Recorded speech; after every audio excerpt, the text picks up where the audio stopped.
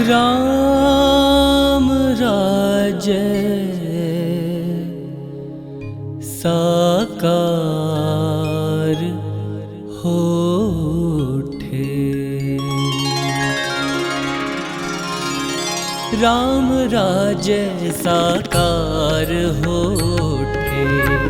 राम राज्य साकार होठे। कलयुग सतयुग बन जाए। राम राज्य साकार होठे। कलयुग सतयुग बन जाए। ऐसी कृपा दृष्टि कर दो प्रभु। ऐसी कृपा दृष्टि कर दो प्रभु। स्वर्ग धरा पर आ जाए। राम राज्य साकार होठे। राम राज्य साकार होठे।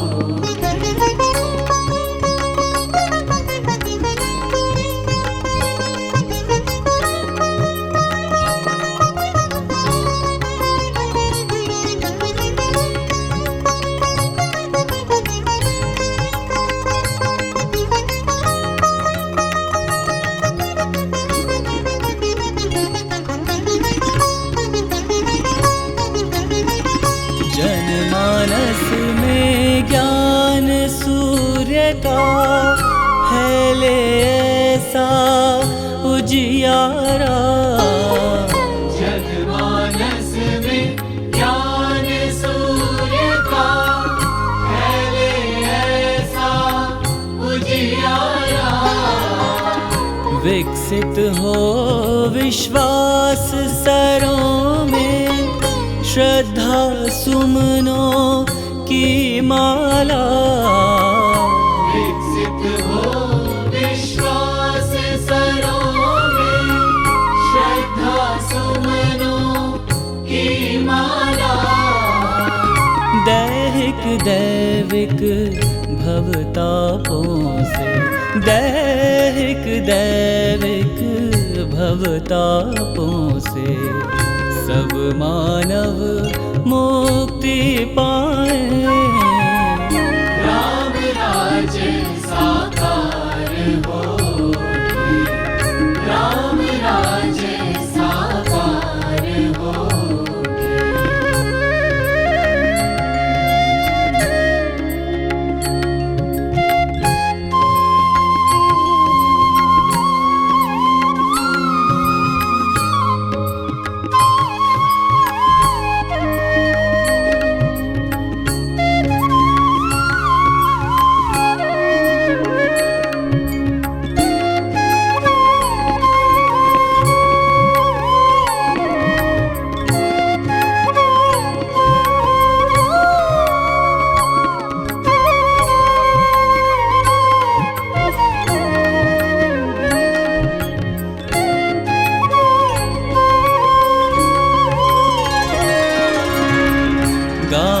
गाँव की गली गली में मचल उठे भाईचारा। गाँव की गली गली में मचल उठे भाईचारा। नगर नगर की डगर डगर में गूंजे एकता का नारा। नगर नगर की डगर डगर में गूंजे एकता का नारा। उमड़ घुमड़ बादल शांति का। उमड़ घुमड़ बादल शांति का। नभ मंडल में छा जाए। राम राज्य साकार होठे। राम राज्य साकार होठे।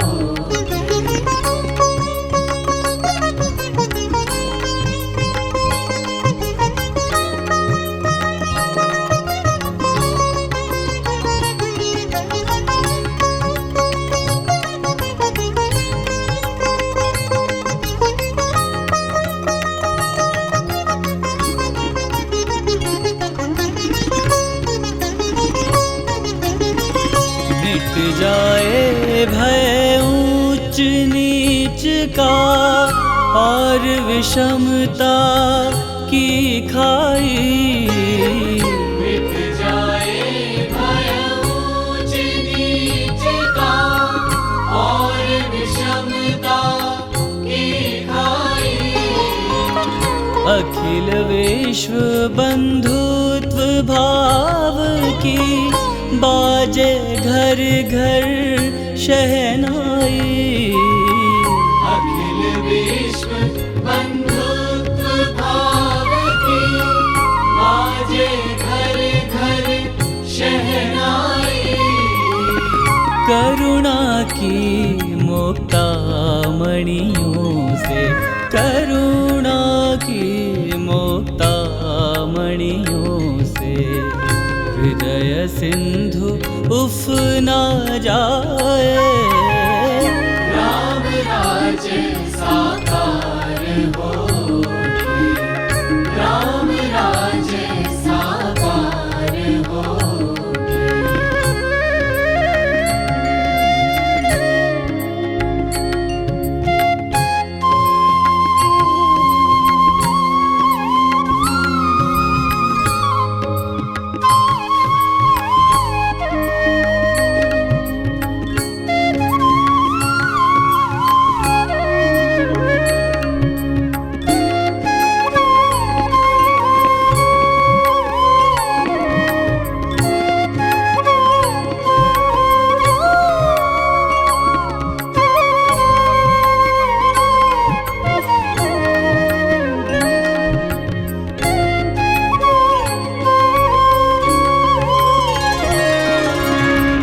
सत्संगति समीर की शीतल मंद चल उठे पुरवाई।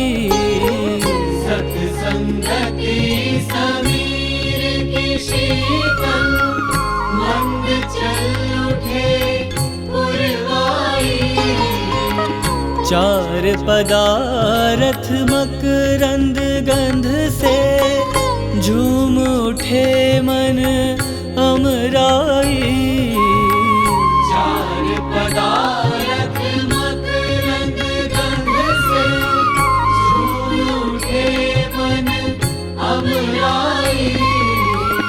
श्रुति कोकिल कंठों से फूटे, श्रुति कोकिल कंठों से फूटे भजनों की स्वर धाराएं। राम राज्य साकार होके, राम राज्य साकार होके। कलयुग सतयुग बन जाए, ऐसी कृपा दृष्टि कर दो प्रभु, ऐसी कृपा दृष्टि कर दो प्रभु। स्वर्ग धरा पर आ जाए। राम राज्य साकार होके, राम राज्य साकार होके, राम राज्य साकार होके। राम राज्य हो, राम राज्य हो, राम राज्य साकार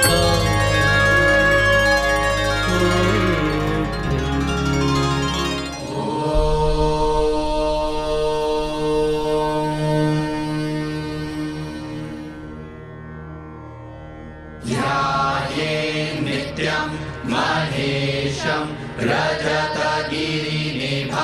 चारुचन्द्रावतंसं रत्नाकल्पोज्ज्वलाङ्गं परशुमृगवराभीतिहस्तं प्रसन्नं पद्मासीनं समन्तास्तुतममरगणैर्व्याघ्रकृतिं वसानं विश्वाद्यं विश्ववन्द्यं निखिलभयहरं पञ्चवक्त्रं त्रिनेत्रम्।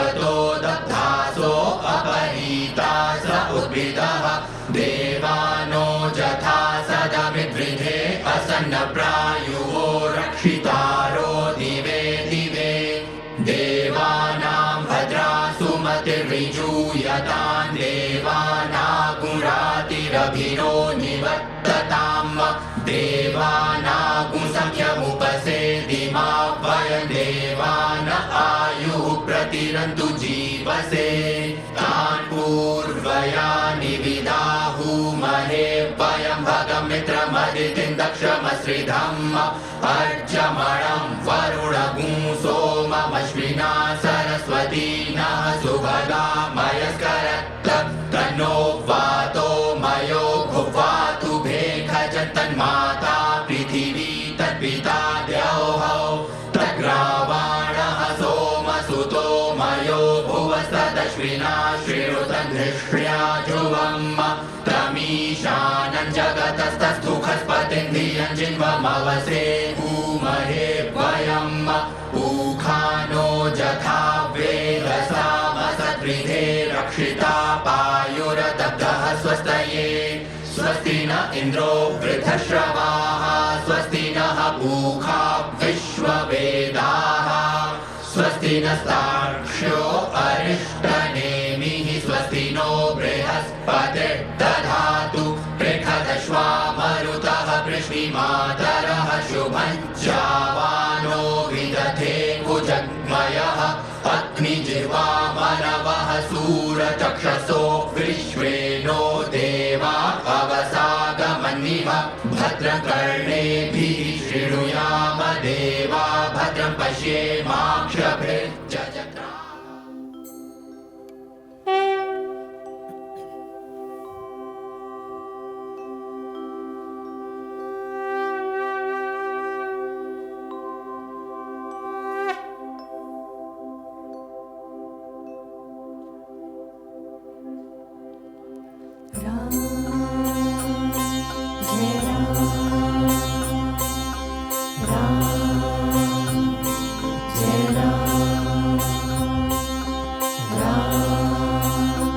जय श्री राम, जय श्री राम।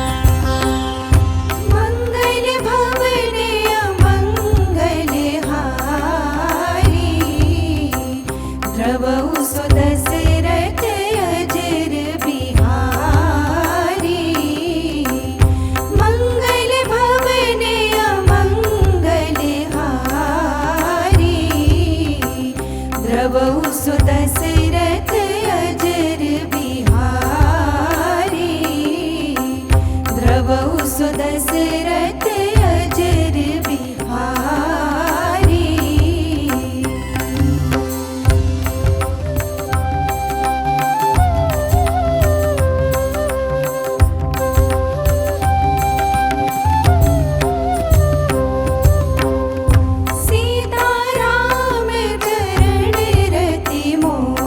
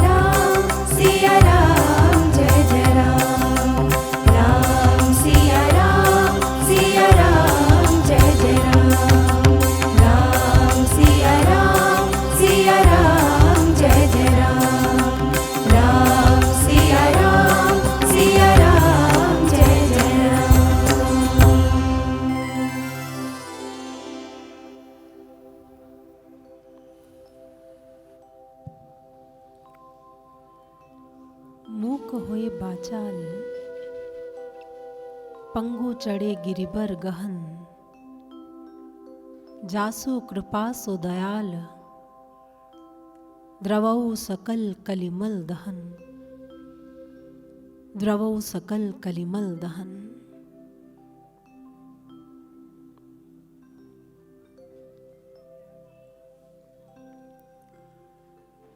जिनकी कृपा से गूंगा बहुत सुंदर बोलने लग जाता है,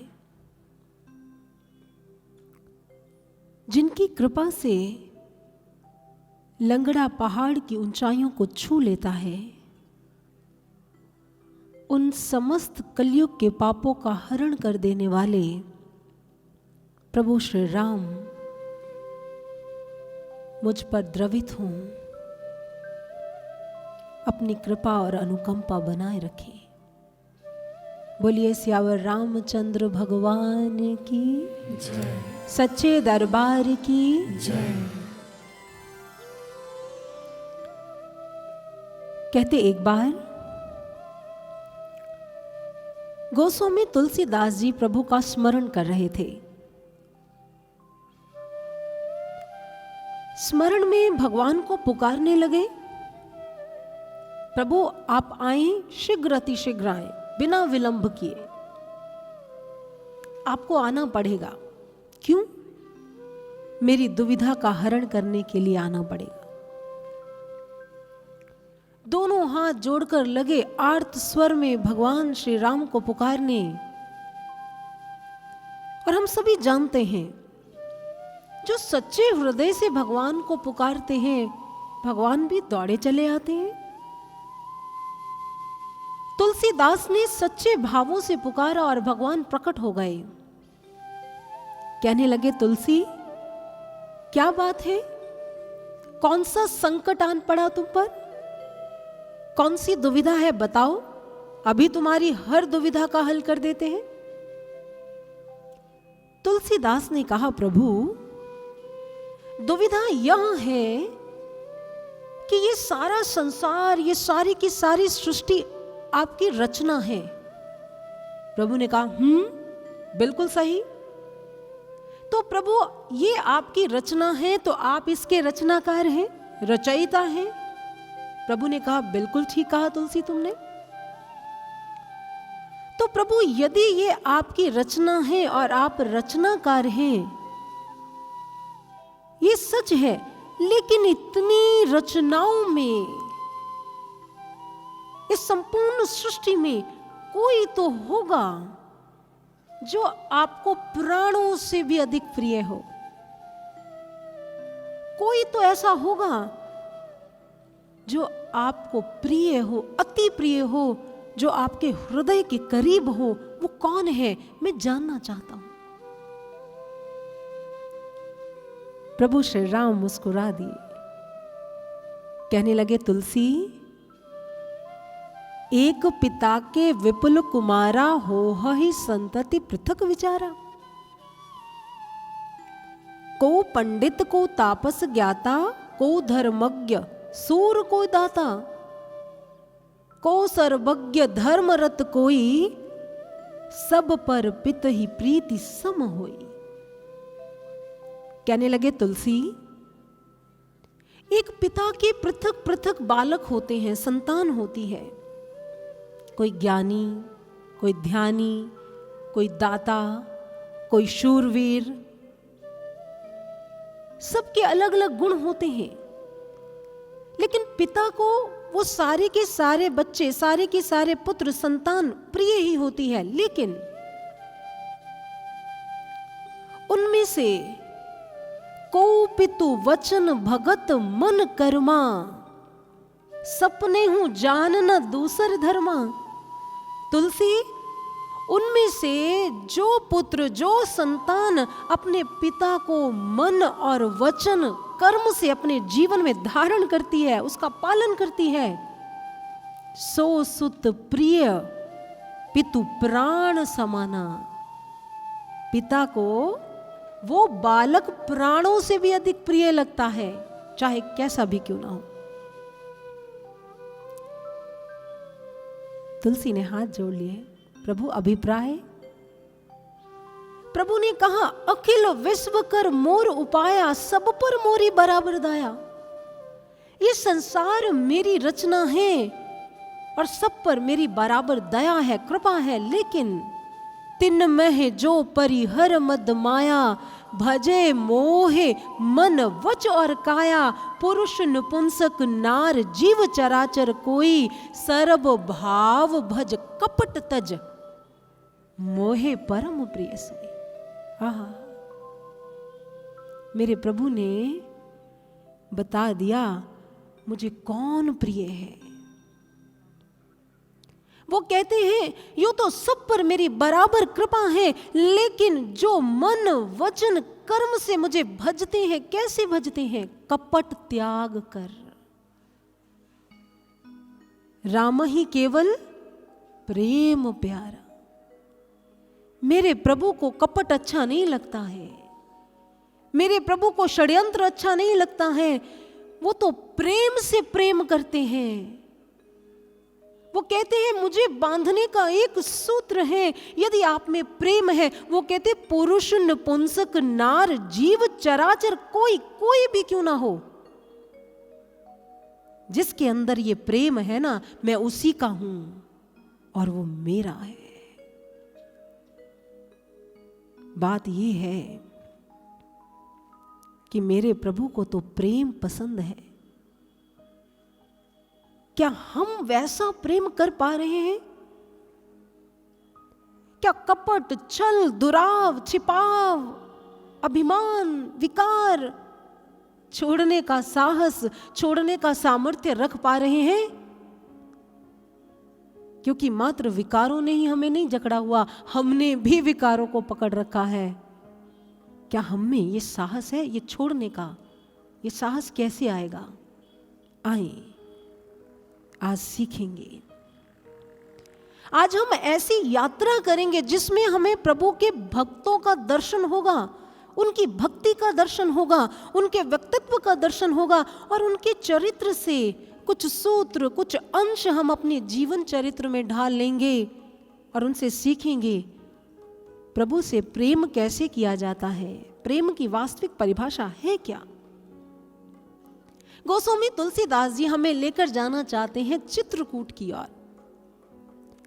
कहते चित्रकूट ऐसा घाट है, ऐसा स्थान है जहां मेरे प्रभु श्री राम, लक्ष्मण और श्री जानकी जी विहार कर रहे हैं। विहरत सिय रघुवीर तीर मंदाकिनी के। कहते चित्रकूट में मंदाकिनी नदी मंद मंद बह रही है और वायु ऐसे चल रही है जैसे पहुनाई कर रही हो। पुष्प बिखर रहे हैं, मानो पुष्पों की वृष्टि ऐसे हो रही जैसे देवगण भगवान के आने का स्वागत कर रहे हों। अरे प्रभु आप यहाँ आए हैं, हम आपका दर्शन कर रहे हैं, हम धन्य धन्य हो गए। बाबा कहते हैं इतना अद्भुत वातावरण है चित्रकूट का। मयूर नृत्य कर रहे हैं, पक्षी चहचहा रहे हैं, मंद मंद वायु बह रही है और पुष्प मानो खिलकर भगवान का स्वागत कर रहे हों। और उसी में गोस्वामी तुलसीदास जी ने कहा, गावत कोयल कीर तीर मंदाकिनी के। कोयल और कीर मधुर गीत गा रही हैं। तो तुलसीदास जी एक दिन भावों में बहते बहते इतना बह गए, कहने लगे अगर प्रभु की महिमा गाई तो कोयल और कीर ने गाई। तो भक्त ने कहा कौन सी कोयल, कौन सा कीर? तो उन्होंने कहा बात तो सच है, प्रभु की महिमा दो ने कही। कूजंतं राम रामेति मधुरं मधुराक्षरम, आरूह्य कविता शाखं वंदे वाल्मीकि कोकिलम। वो कहते हैं वाल्मीकि रूपी कोयल कविता रूपी शाखा पर बैठी है और मेरे राम का मधुर गीत गा रही है। तो तुलसी से पूछा कीर कौन हुआ? तो उन्होंने कहा कीर तुलसी है, जिसे राम ही पढ़ायो है। यदि ये कीर कुछ गा रहा है, कुछ बोल रहा है, तो इसमें उसकी कोई क्षमता नहीं है। इसे पढ़ाने वाला, इसे सिखाने वाले राम है। और कहते हैं चित्रकूट में प्रभु विद्यमान है, देवगण आते हैं, ऋषि मुनि आते हैं और भगवान उन्हें प्रणाम करते हैं। कैसे?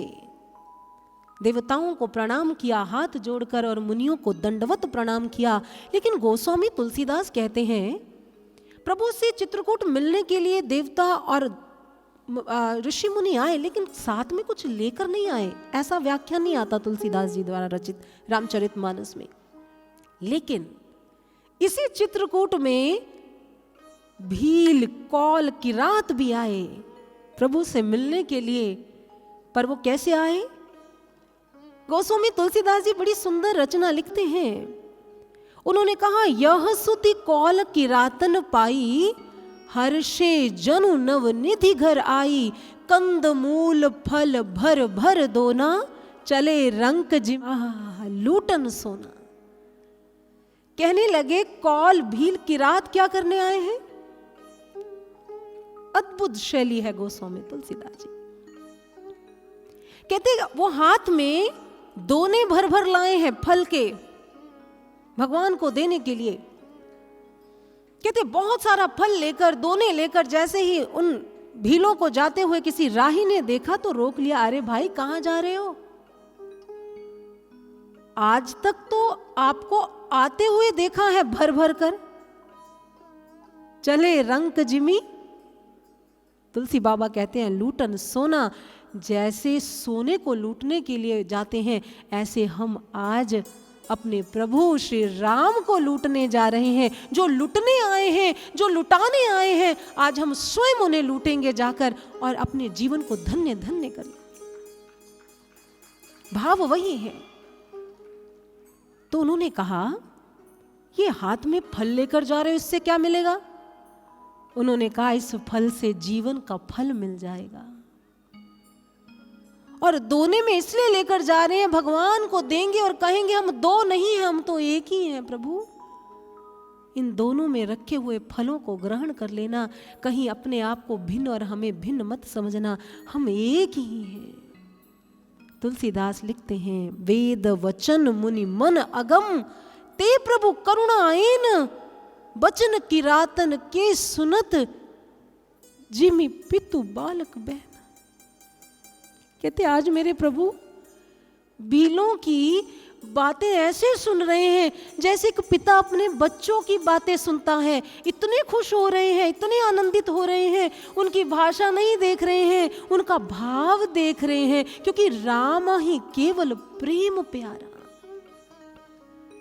कहते ऋषियों से ज्ञान का संबंध है, लेकिन भीलों के साथ तो मेरे प्रभु का प्रेम का संबंध है, परिवार का संबंध है। प्रभु ऐसे वहां खड़े हैं, उनके साथ बातें कर रहे हैं जैसे वो उनके अपने ही घर में खड़े हैं। भोजपुरी कवि हुए हैं राम जियावन दास। कहते उन्होंने जिस समय ऐसे दृश्य को पढ़ा रामचरितमानस में, तो उन्होंने एक भजन लिखा भोजपुरी में। उन्होंने कहा सारे भील, कोल, किरातों के बच्चे भी आ गए, सारे खड़े हैं भगवान को घेर कर और भगवान से मीठी मीठी बातें कर रहे हैं, अपनी भाषा में अपने भावों को व्यक्त कर रहे हैं। और वो भगवान से क्या कहते हैं और भगवान से क्या पूछना चाहते हैं, और भगवान उनकी एक एक बात को इतने ध्यान से, इतने मग्न होकर सुन रहे हैं। बाबा कहते हैं मुझे लगता है ऐसा तो कोई और सुन ही नहीं सकता जैसे प्रभु खड़े हैं वहां। और भक्त ने क्या लिखा है, आइए उस रचना को हम भी श्रवण करते हैं।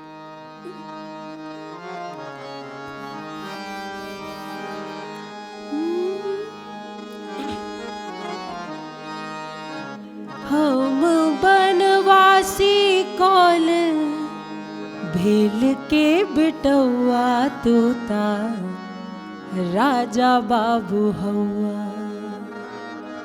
तोता, राजा बाबू हौआ तोता, राजा बाबू हौआ, राजा बाबू हौआ तोता, राजा बाबू हौआ।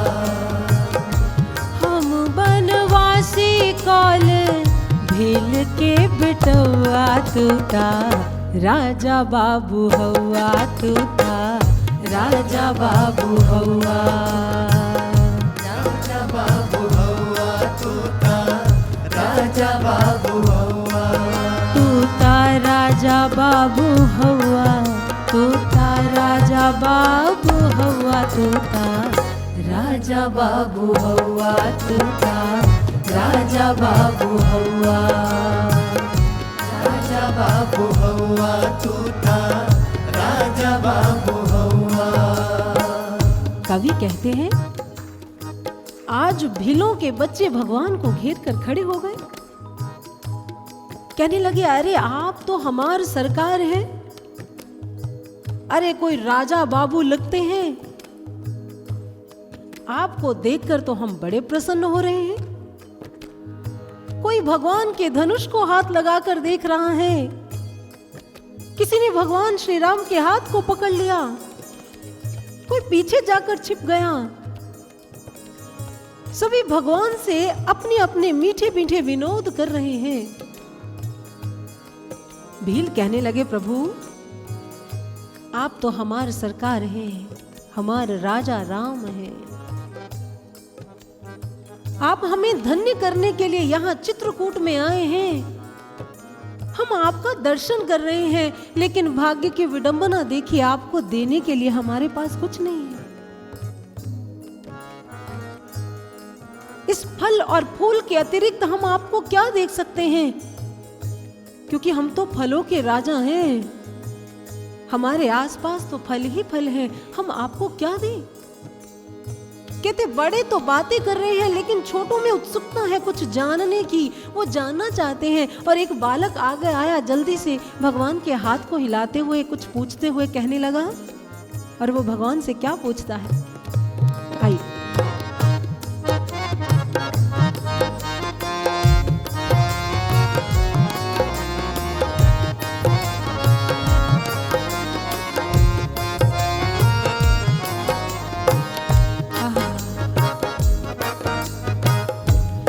घरवा माई बाप होई है और छोट भाई होई है, माई बाप होई है और छोटे भाई होई है, घरवा माई बाप होई है और छोट भाई होई है, माई बाप होई है और छोटे भाई होई है, तोहरी तपसी के भेषवा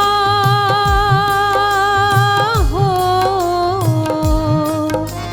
तोहरी तपसी के भेषवाई बुझाता पनवा, तूता राजा बाबू हवा, तूता राजा बाबू हवा, राजा बाबू हवा, तूता राजा बाबू हवा, तूता राजा बाबू हवा, तूता राजा बाबू हवा, तूता राजा बाबू हवा, तूता राजा बाबू हवा, राजा बाबू हवा, तूता राजा बाबू हवा। बालकों ने पूछ लिया अरे देखने में तो आप बड़े सुंदर राजकुमार लग रहे हैं, कहीं के राजा लग रहे हैं। अच्छा बताएं आपके घर में कौन कौन है, क्या आपके माता पिता हैं? प्रभु राम मुस्कुरा दिए, कहने लगे पहले बताओ किसके बारे में जानना चाहते हो, क्या पूछना चाहते हो? उन्होंने कहा पूछना तो हम यह चाहते हैं कि आपके माता पिता हैं कि नहीं हैं।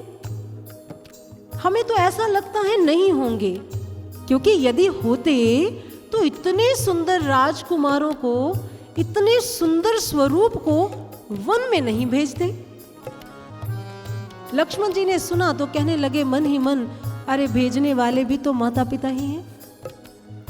अब प्रभु श्री राम को लगा भीलों के बालक तो भाव से पूछ रहे हैं, उनका मन नहीं दुखाना चाहिए, ये बताकर कि हम क्यों आए हैं वन में, इनके मन को पीड़ा होगी। कहने लगे अरे साधुओं से ऐसा नहीं पूछते हैं, हम तो सन्यासी हैं, हमारा घर बाहर नहीं पूछते हैं।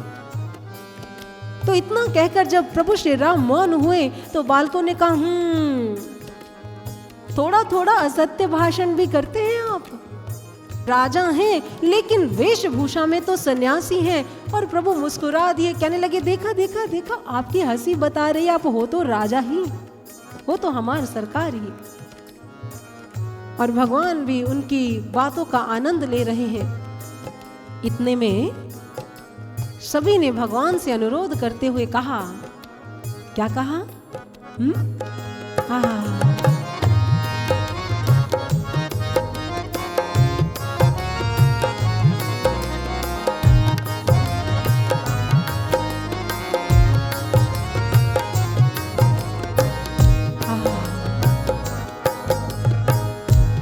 आज हमरे घर रहिब रहिब जान साच कहिब,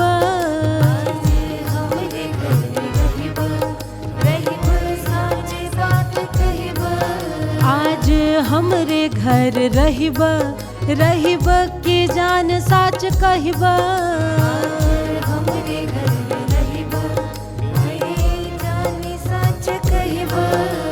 मनवा पागल भइल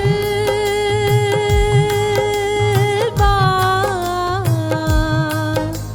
मनवा पागल भइल बा तोहर देख के सुभवा तूता, राजा बाबू हौवा तूता, राजा बाबू हौवा, राजा बाबू हौवा तूता, राजा बाबू हौवा, तूता राजा बाबू हौवा, तूता राजा बाबू हौवा, तूता राजा बाबू हौवा तूता, राजा बाबू हौवा, राजा बाबू हौवा तूता, राजा बाबू हौवा। भील कहने लगे, प्रभु आप यदि चित्रकूट में आ ही गए हैं तो ऐसा करें, आप हमारे घर चले। प्रभु ने कहा, आपके घर? आपके घर क्यों? तो उन्होंने कहा, यहां इतनी व्यवस्था नहीं है ना, आप तो सरकार हैं हमारे, और आपको ऐसे वन में छोड़कर जाने का मन नहीं करता है, आप हमारे साथ चलना, वहां पर रहना, हम बहुत ध्यान रखेंगे, क्योंकि हमें यहाँ का चप्पा चप्पा पता है, कौन सा फल कहाँ है, कौन सा फूल कहाँ है, नदियां कहाँ है, झरने कहाँ है, हम आपको रास्ता दिखाएंगे।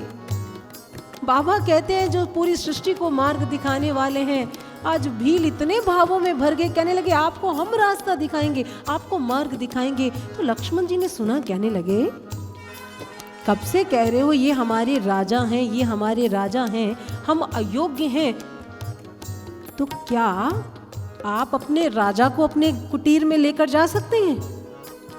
क्या आप में इतनी योग्यता है? उन्होंने कहा, योग्यता तो नहीं है, लेकिन मन रीझ गलैया तोहार देख के सुभौआ, इनका स्वभाव ही इतना अच्छा है कि मेरा मन रीझ गया, मेरा मन प्रफुल्लित हो गया, प्रफुल्लित हो गया, प्रसन्नचित हो गया। मैं जानता हूँ इनका स्वभाव अत्यंत कोमल है, ये मेरे साथ जरूर जाएंगे। और आज भगवान भी मन ही मन सोचते हैं, यदि पिता का आदेश नहीं होता तो मैं इन भीलों के घर में जाकर वास करता, इनका प्रस्ताव स्वीकार करता।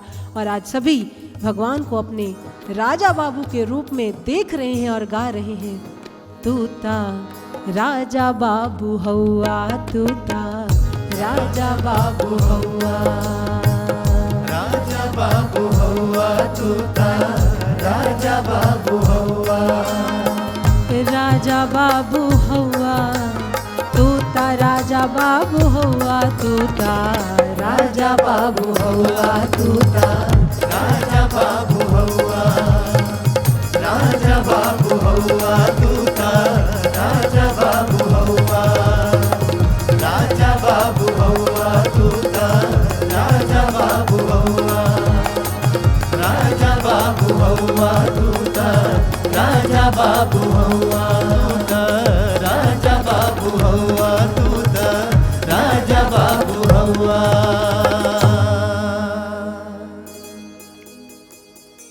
गोस्वामी तुलसीदास कहते, वो कहते जब से प्रभु श्री राम चित्रकूट में आए हैं तब से चित्रकूट की शोभा दिन प्रतिदिन बढ़ती चली जा रही है। और भगवान के चित्रकूट में आने से क्या हुआ?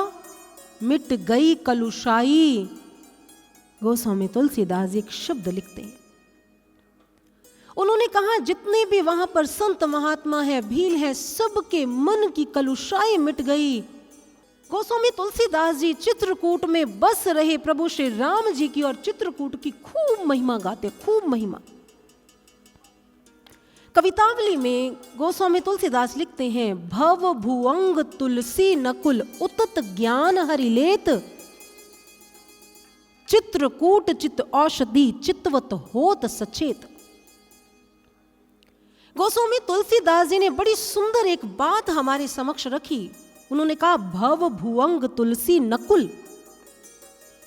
वो कहते हैं कि जिस प्रकार सांप और नेवले में जब लड़ाई होती है तो सांप नेवले को डस लेता है और नेवले को जहर चढ़ जाता है, और कहते हैं जिस समय सांप को के जहर को नेवला ग्रहण कर लेता तो वो दौड़ कर जाता है कहां?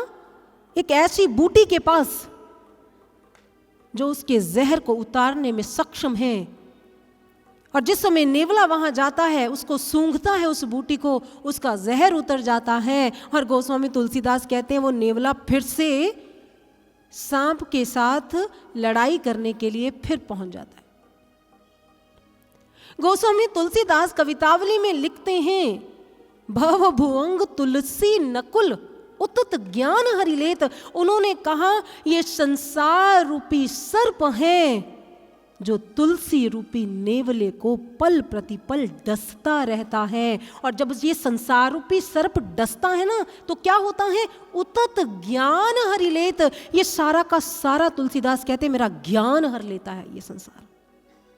जब ये माया मुझे डसती है, जब मेरे भीतर विकार मुझे डसते हैं, तो वो उसी क्षण मेरे भीतर में से सारा का सारा ज्ञान खत्म कर देते हैं और मैं अज्ञानियों जैसा आचरण करता हूं। लेकिन चित्रकूट चित औषधि चितवत होत सुचेत।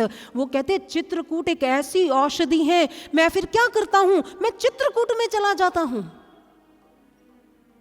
और जब मैं चित्रकूट में जाता हूं तो उसके पश्चात ये सारा का सारा जहर उतर जाता है और मैं फिर से ज्ञान की लौ को जगाता हुआ उसकी छत्र छाया में विकार मुक्त हो जाता हूं। ये चित्रकूट क्या है सज्जनों? रहीम जी ने कहा चित्रकूट में बस रहे रहीमन अवध नरेश, जहां पर विपदा आन है सो आवत इस देश। रहीम कहते हैं चित्रकूट में अवध नरेश रहते हैं, और जिस पर विपदा आ जाती है, संकट आ जाता है, वो कहां जाए? जीवन में इतनी परेशानियां हैं, जीवन में इतने दुख हैं, जीवन में इतनी वैमनस्य अराजकता है, आतंक है, भय है, सब कुछ विकार है। इससे बचने का उपाय क्या है? उन्होंने कहा एक ही उपाय है, और वो है चित्रकूट में वास करना। कौन से चित्रकूट में? चित्रकूट की परिभाषा को व्यक्त करते हुए गोस्वामी तुलसीदास स्वयं लिखते हैं, राम कथा मंदाकिनी चित्रकूट चित्त चारु। वो कहते हैं ये चित्त, ये हृदय हमारा भीतर ये चित्रकूट है। गोस्वामी तुलसीदास जी कहीं बाहर नहीं गए। जब संसार रूपी माया रूपी सर्प उन्हें डसता है, वो कहते हैं मैं सदैव ध्यान की गहराई में उतरकर अपने भीतर इस चित्रकूट में, इस ब्रह्मरंध्र में, इस सुषुम्ना में प्रवेश कर जाता हूं, और तब माया मुझे व्याप्ति नहीं है, माया मुझे मेरा कुछ बिगाड़ नहीं सकती। ये चित्रकूट है, जिस चित्रकूट में श्री राम सदैव विद्यमान रहते हैं। आपके भीतर के चित्रकूट में भी श्री राम का वास है, वो सच्चिदानंद, वो परब्रह्म परमात्मा विद्यमान है। लेकिन हम अशांत, हम निराश, हम परेशान, हम दुखी क्यों हैं? ये एक बहुत बड़ा यक्ष प्रश्न है हमारे सामने। सारा संसार अशांत है, दुखी है, और सुख पाने के लिए पर्यटक स्थलों पर जाता है, कभी कहीं जाता है, कहीं से शांति, कहीं आनंद, कहीं सुकून मिल जाए, लेकिन प्रत्युत्तर में दुख ही मिलता है। क्यों? निराशा ही मिलती है। क्यों? गुरुदेव परम श्रद्धेय सर्वश्री आशुतोष महाराज जी को उदाहरण दिया करते हैं। वो कहते हैं बादल कब बरसते हैं? जब उनका संपर्क समुद्र के जल के साथ होता है। गुरुदेव कहते हैं यदि बादलों का संपर्क समुद्र के साथ टूट जाए, कोई संपर्क ना हो, तो क्या वो वर्षा कर सकते हैं? नहीं कर सकते। उनका अस्तित्व खत्म हो जाएगा, वो धूल कण की तरह नजर आएंगे। ठीक इसी प्रकार से गुरुदेव सर श्री आशुतोष महाराज जी कहते हैं जब हम उस आनंद सिंधु, उस परब्रह्म परमात्मा जो सिंधु है आनंद के, जब हम उस आनंद रूपी सिंधु से डिस्कनेक्ट रहते हैं, उससे जुड़ते नहीं हैं, उससे दूर हो जाते हैं, तब हमारे जीवन में आत्मबल का अभाव होता है। और जब आत्मबल का अभाव होता है तब क्या होता है? आत्मबल के अभाव से निराशा आती है, नेगेटिविटी आती है, एंजाइटी आती है, डिप्रेशन आता है। जितनी समस्याएं हैं ये उस ईश्वर से डिस्कनेक्ट होने के कारण है ना विचित्र बात। शास्त्र कहते हैं ईश्वरः आनंद रूपः, ईश्वरः शांति स्वरूपः। ईश्वर ही आनंद रूप है, ईश्वर ही शांति स्वरूप है, आपके भीतर है, लेकिन जाने का मार्ग नहीं मिल रहा। एक बार स्वामी योगानंद परमहंस जी से किसी ने पूछा, स्वामी जी आप कहते हैं आनंद भीतर है, तो उसको पाने का मार्ग क्या है? उन्होंने कहा, between the eyebrows the door of haven.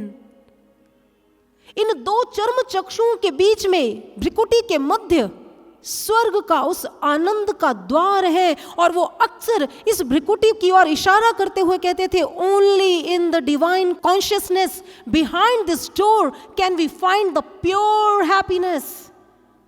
वो कहते थे अगर आप प्योर हैप्पीनेस चाहते हैं, वास्तविक प्रसन्नता, वास्तविक आनंद चाहते हैं, तो आपको यहां अपने भ्रिकुटी के मध्य स्थित होना पड़ेगा। और उसका एक ही माध्यम है, और वो है ज्ञान चक्षु।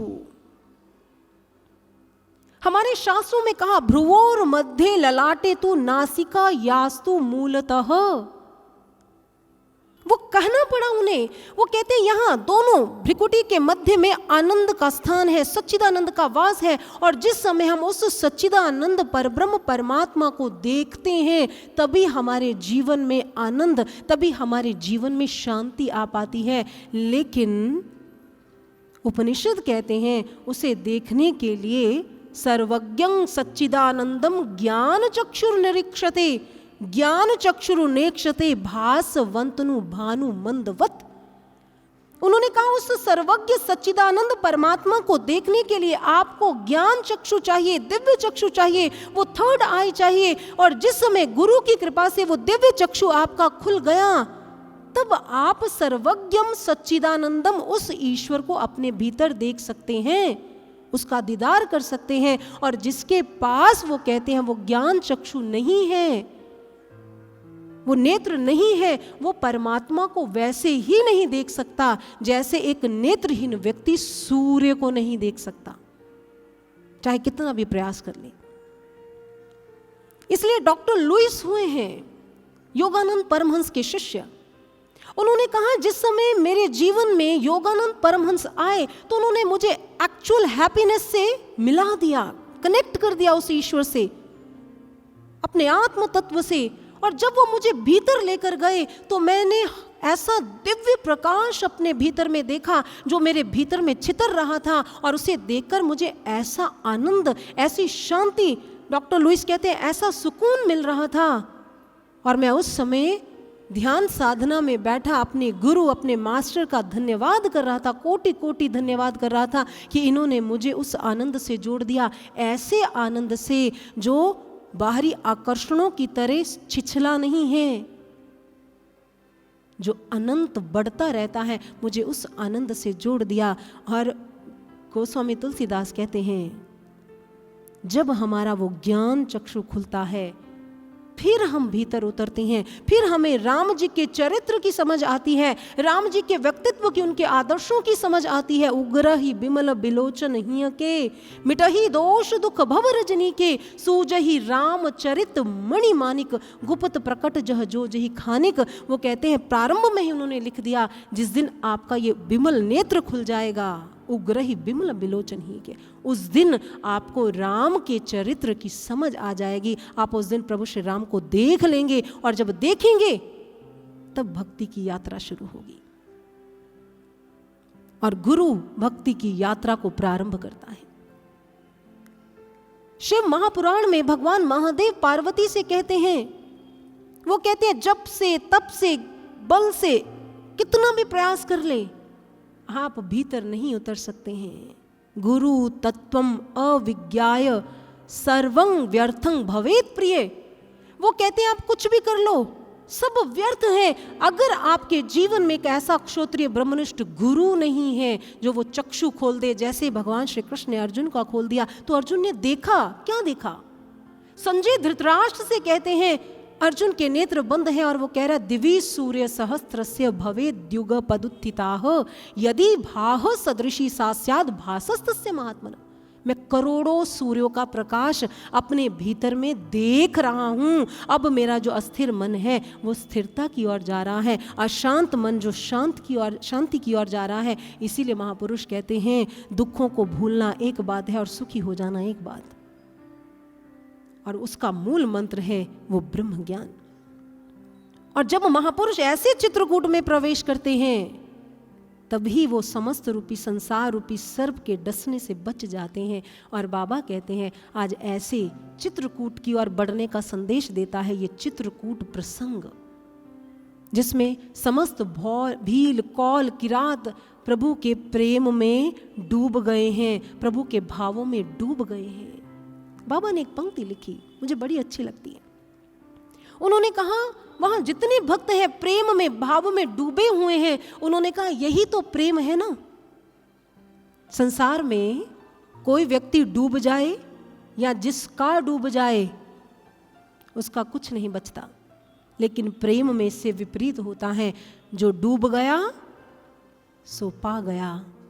जो डूब जाता है प्रेम में, जो डूब जाता है भाव में, वो अनंत अनंत शांति को प्राप्त कर लेता है। ये भावों का विषय है भक्ति। भक्ति भावों के बिना, प्रेम के बिना अधूरी है। कहते एक बार एक व्यक्ति बाजार में चला गया छाता लेने के लिए, बहुत पुरानी बात है। वो छाता लेने के लिए गया, उसने दुकानदार से पूछा अरे भाई छाता कितने का है? उसने कहा 20 रुपए का है। उसने कहा 20 का? मैं तो 10 दूंगा। उसने कहा अरे नहीं नहीं, सुबह का समय है, 10 नहीं 15। उसने कहा मैं 8 दूंगा। दुकानदार ने कहा चल ठीक है 10 से काम चला लेंगे। व्यक्ति ने कहा 5 दूंगा, छाता दे दे। दुकानदार ने कहा चल 8 ले ले, 8 में दे दूंगा तुम्हें। उसने कहा नहीं 2 दूंगा।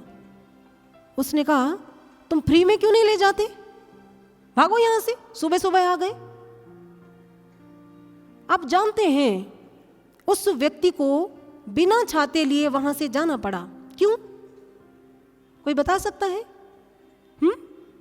क्योंकि वो किसी भी एक भाव पर टिका नहीं, एक मोल पर टिका नहीं। वो अपने भाव बदलता रहा। भाव बिना संसार में वस्तु मिले ना मोल, भाव बिना हरि कैसे मिले। भाव सहित हरि हरि बोल, भाव सहित हरि हरि बोल, भाव सहित हरि हरि बोल।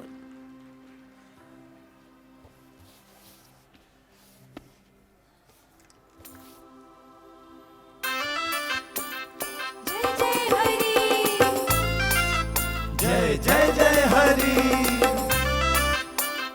जय जय हरि, जय जय जय हरि।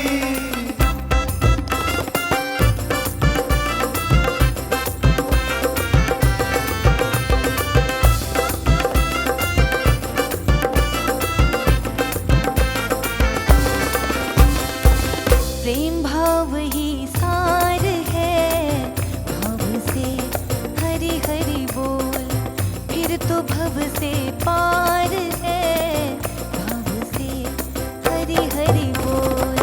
प्रेम जगत में सार है, भाव से हरि हरि बोल, फिर तो भव से पार है, भाव से हरि बोल।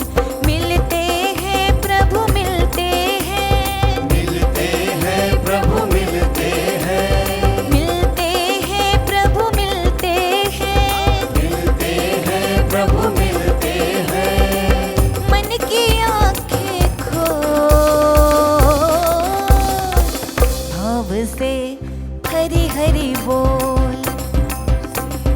हरि हरि। देखिए भक्तवृंद, आप सभी भाव से भरे हैं, इसमें कोई दुविधा नहीं है।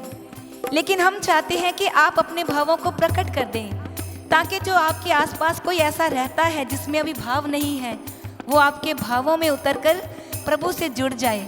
तो भावों को प्रकट कैसे करना है? प्रभु भी तो कहते हैं ना कि भाव का भूखा हूँ मैं, भाव ही एक सार है, भाव से मुझको भजो तो भव से बेड़ा पार है। तो सबने कैसे सबको अपने भावों को प्रकट करना है? हाथों से ताली बजाकर और भाव से हरि हरि बोलकर।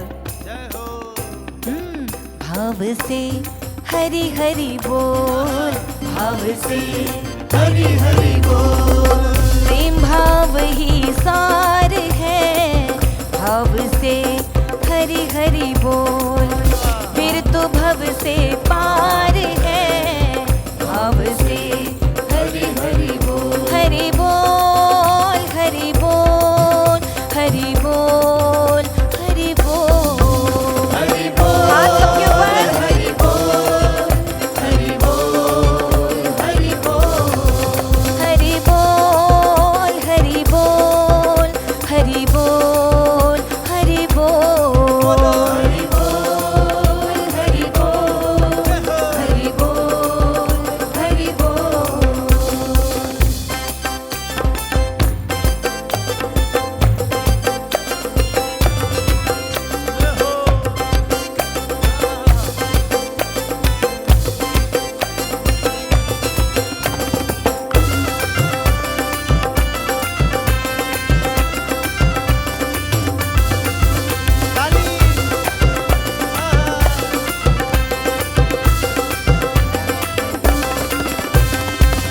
से जरा तो जो हरि हरि बोले,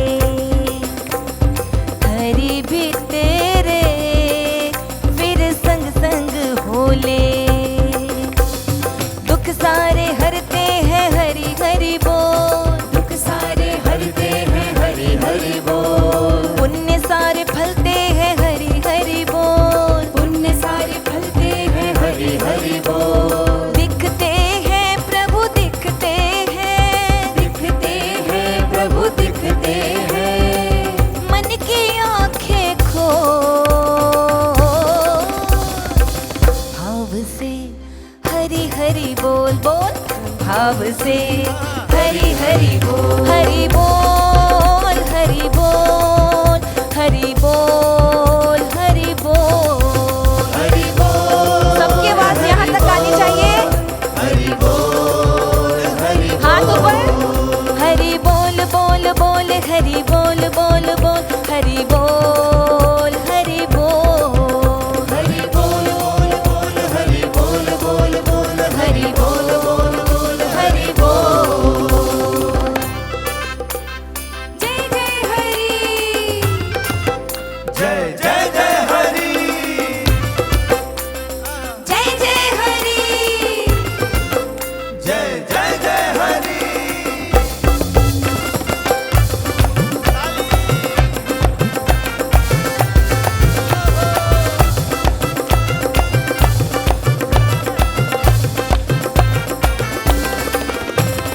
मस्ती हरि की जिसको चढ़ जाए, कष्ट उसे फिर कभी छू भी ना पाए। मस्ती में आके तू हरि हरि बोल, मस्ती में आके तू हरि हरि बोल। बिक जा रे बिक जा जरा तू बेमोल। बिक जा रे बिक जा जरा तू बेमोल। आते हैं हरि आते हैं, आते हैं हरि आते हैं। हरि हरि हरि हरि बोल। भाव से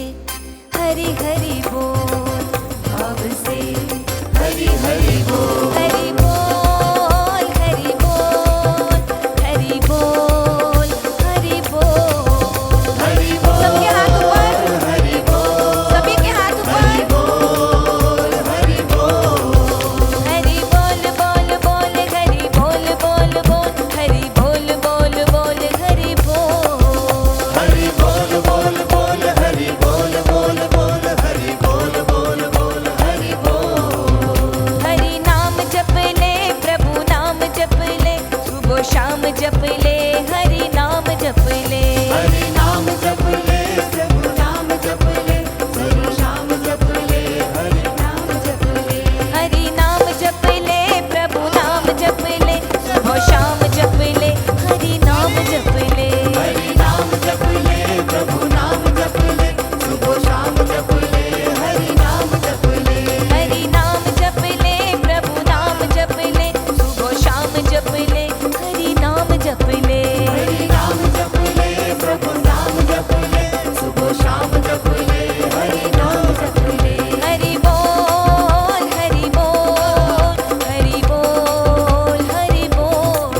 हरि बोल हरि बोल हरि बोल हरि बोल। हरि बोल बोल बोल हरि बोल बोल बोल हरि बोल बोल बोल हरि बोल। हरि बोल बोल बोल हरि बोल बोल बोल हरि बोल बोल बोल हरि बोल। हरि बोल हरि बोल हरि बोल। जय जय जय हरि। जय जय जय हरि। सच में भाव के बिना भगवान नहीं मिलते हैं। भक्ति में तो भाव सर्वोपरि होता है। एक बार शांडिल्य मुनि से किसी ने पूछा भक्ति क्या होती है, तो उन्होंने कहा परानुरक्ति, ईश्वर में अनुरक्ति हो जाना, अनुराग हो जाना, प्रेम हो जाना ही भक्ति है। और जिसके भीतर में प्रभु के लिए प्रेम नहीं है ना, वो जीवन जीवन नहीं है। हमारे महापुरुष कहते जा घट प्रेम न संचरे, तो घट जान मसान। वो कहते जिसके हृदय में मेरे प्रभु के लिए प्रेम नहीं है, वो हृदय हृदय नहीं, पत्थर है, शव है। प्रेम कह देने से प्रेम नहीं होता है। प्रेम का मार्ग अति कठिन होता है सज्जनों। स्वयं को खो देने का मार्ग है प्रेम का मार्ग। स्व को अर्पित कर देने का मार्ग है प्रेम। प्रेम पंथ ऐसो कठिन, सबको निबहत नाही। जैसे चढ़कर तुरंग पर चलिबे अनल माही। वो कहते हैं कि प्रेम आसान नहीं है, बिना डांड की नाव है। सांप के विष बुझे दांतों को बाहर निकालने के समान है। प्रेम ऐसा है, मोम की तुरंग पर चढ़कर अनल की आग की सुरंग में जाना है। कंटीली पहाड़ियों पर चलने की मानंद है। प्रेम शब्द जितना कहना आसान है ना सज्जनों, निभाना उतना ही कठिन है, उतना ही कठिन। कबीर कहते हैं हृदय भीतर दब बले, धुआं ना प्रकट होए। जाके लागी जो लखे, जा जिन लाई सोए। कहते प्रेम की अग्नि को वही जान सकता है जिसके हृदय में वो प्रेम की अग्नि जल रही हो, या वो जान सकता है जिसने वो अग्नि जलाई हो। तीसरा नहीं जान सकता। आप किसी के प्रेम का अनुमान नहीं लगा सकते हैं। वो कहते रोम रोम पीऊ पीऊ करे, मुख की सरदा नहीं।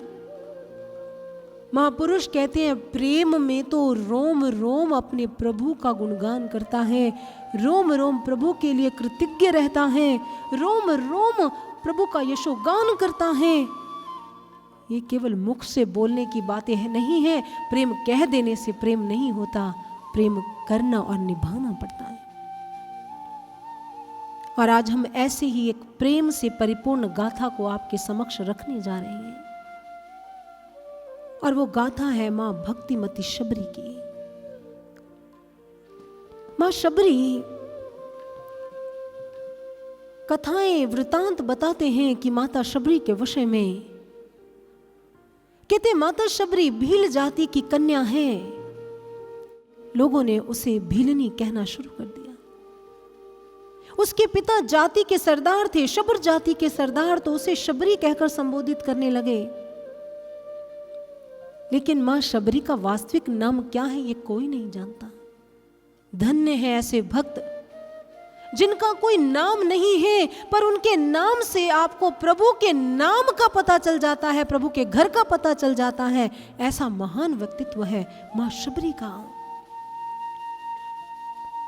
कहते मां शबरी बचपन से ही प्रभु की भक्ति में रंगी हुई थी। बचपन से ही प्रभु के ध्यान में वो लीन रहती और संस्कारित वातावरण में बड़ी होने लगी। संतों ने कहा, भक्ति बीज पलटे नहीं, जो जुग जाए अनंत, ऊंच नीच घर अवतरही, होए संत की संत। वो कहते हैं यदि एक बार भक्ति का बीज आपके जीवन में डल गया तो वो पलट नहीं सकता है, वो निरर्थक नहीं हो सकता है। चाहे आप किसी भी जाति किसी भी कुल में जन्म ले लो, वो भक्ति का बीज फूट पड़ेगा।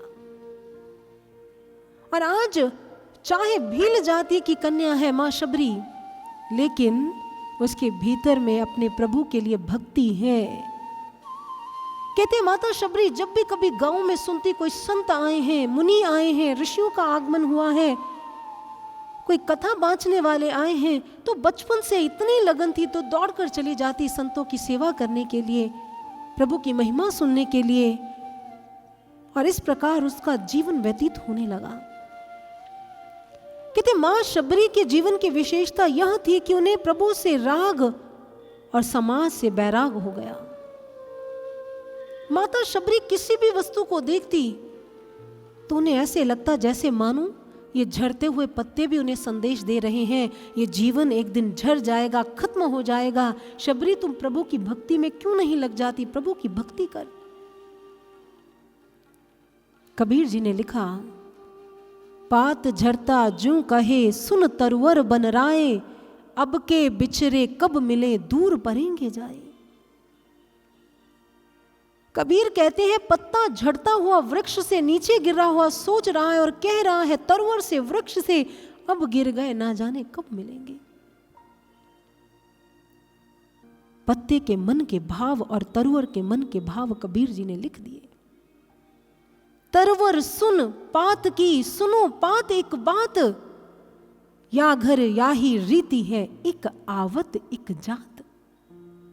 उन्होंने कहा है पत्ते, ये संसार की रीति है, एक आता है और एक चला जाता है। सीखने वाले तो झरते हुए पत्ते से सीख लेते हैं, सीखने वाले तो मुरझाई हुई कमलियों से सीख लेते हैं। जिसने नहीं सीखना वो तो संतों की वाणियों से भी नहीं सीख पाते, उनके चरित्र से भी नहीं सीख पाते। कहते माता शबरी की मां ने देखा शबरी के तो हृदय में वैराग्य जागृत हो रहा है, तो उन्होंने उनके पिता से बात की कि शबरी का मन संसार में नहीं लगता, मुझे ऐसा लगता अब इसका विवाह कर देना चाहिए। कहते माता शबरी का विवाह निश्चित कर दिया गया और विवाह से 1-2 दिन पूर्व मां शबरी अपने घर के आंगन में पहुंची तो उन्होंने देखा बहुत सारी भेड़ बकरियां बंधी हुई हैं, बहुत सारे पशु बंधे हुए। तो उन्होंने अपनी मां से पूछा, मां ये भेड़ बकरियां ये पशु क्यों बंधे हुए हैं? तो उन्होंने कहा, आप तुम्हें नहीं पता, अभी तुम्हारी बारात आने वाली है और सबको ये मांस परोसा जाएगा, इन्हें काटा जाएगा। तो मां शबरी का हृदय द्रवित हो गया, कहने लगी, मां ये ऐसा क्यों? तो मां ने कहा, शबरी ऐसा क्यों? अरे ये तो परंपराएं हैं, ये तो रीतियां हैं जिनका सदियों से हम पालन करते आ रहे हैं। यदि ऐसा नहीं किया तो लोग क्या सोचेंगे, लोग क्या कहेंगे? जब मेरा विवाह हुआ था तो इससे भी ज्यादा पशुओं को काटा गया था। तो उस समय माता शबरी ने कहा, मैं ऐसी किसी परंपरा, मैं ऐसी किसी रीति को नहीं मानती जिस रीति जिस परंपरा में पशुओं को का वध किया जाए, उनको मार दिया जाए, मैं ऐसी किसी परंपरा को नहीं मानती। माता शबरी में क्रांति और वैराग्य का समन्वय है सज्जनों। आप उनमें एक क्रांतिकारी महिला के रूप में भी आप उन्हें देख सकते हैं और भक्तिमती शबरी के रूप में भी देख सकते हैं। उन्होंने कहा यदि ऐसा है तो मैं विवाह ही नहीं करूंगी, क्योंकि मैं ये अनुचित कार्य नहीं कर सकती हूं अपनी परंपरा के विरुद्ध। आज भी बहुत सारे ऐसे लोग हैं जो ऐसी धारणाएं रखते हैं, उन्हें ऐसा लगता है हम भी पशुओं को मारकर अपनी संस्कृति का अनुसरण ही कर रहे हैं। और बहुत सारे लोग ऐसे हैं जो तर्क देते हैं हमारे शास्त्रों में तो गौ सेवन की प्रथा है, हमारे शास्त्रों में तो अज की बलि देने की प्रथा है, हमारे तो यज्ञों में बलि दी जाती है, तो हम उस परंपरा का निर्वाह क्यों ना करें। एक बार इसी विचारधारा को जब सुना तो मैंने गुरुदेव परम श्रद्धेय सर्व श्री आशुतोष महाराज जी के चरणों में रखा। मैंने कहा गुरुदेव महर्षि से, महर्षि कुछ लोगों की विचारधारा है कि यज्ञों में बलि दी जाती है या ऋषि मुनि गौ का सेवन करते थे, आप समझाएं इसके पीछे का रहस्य क्या है।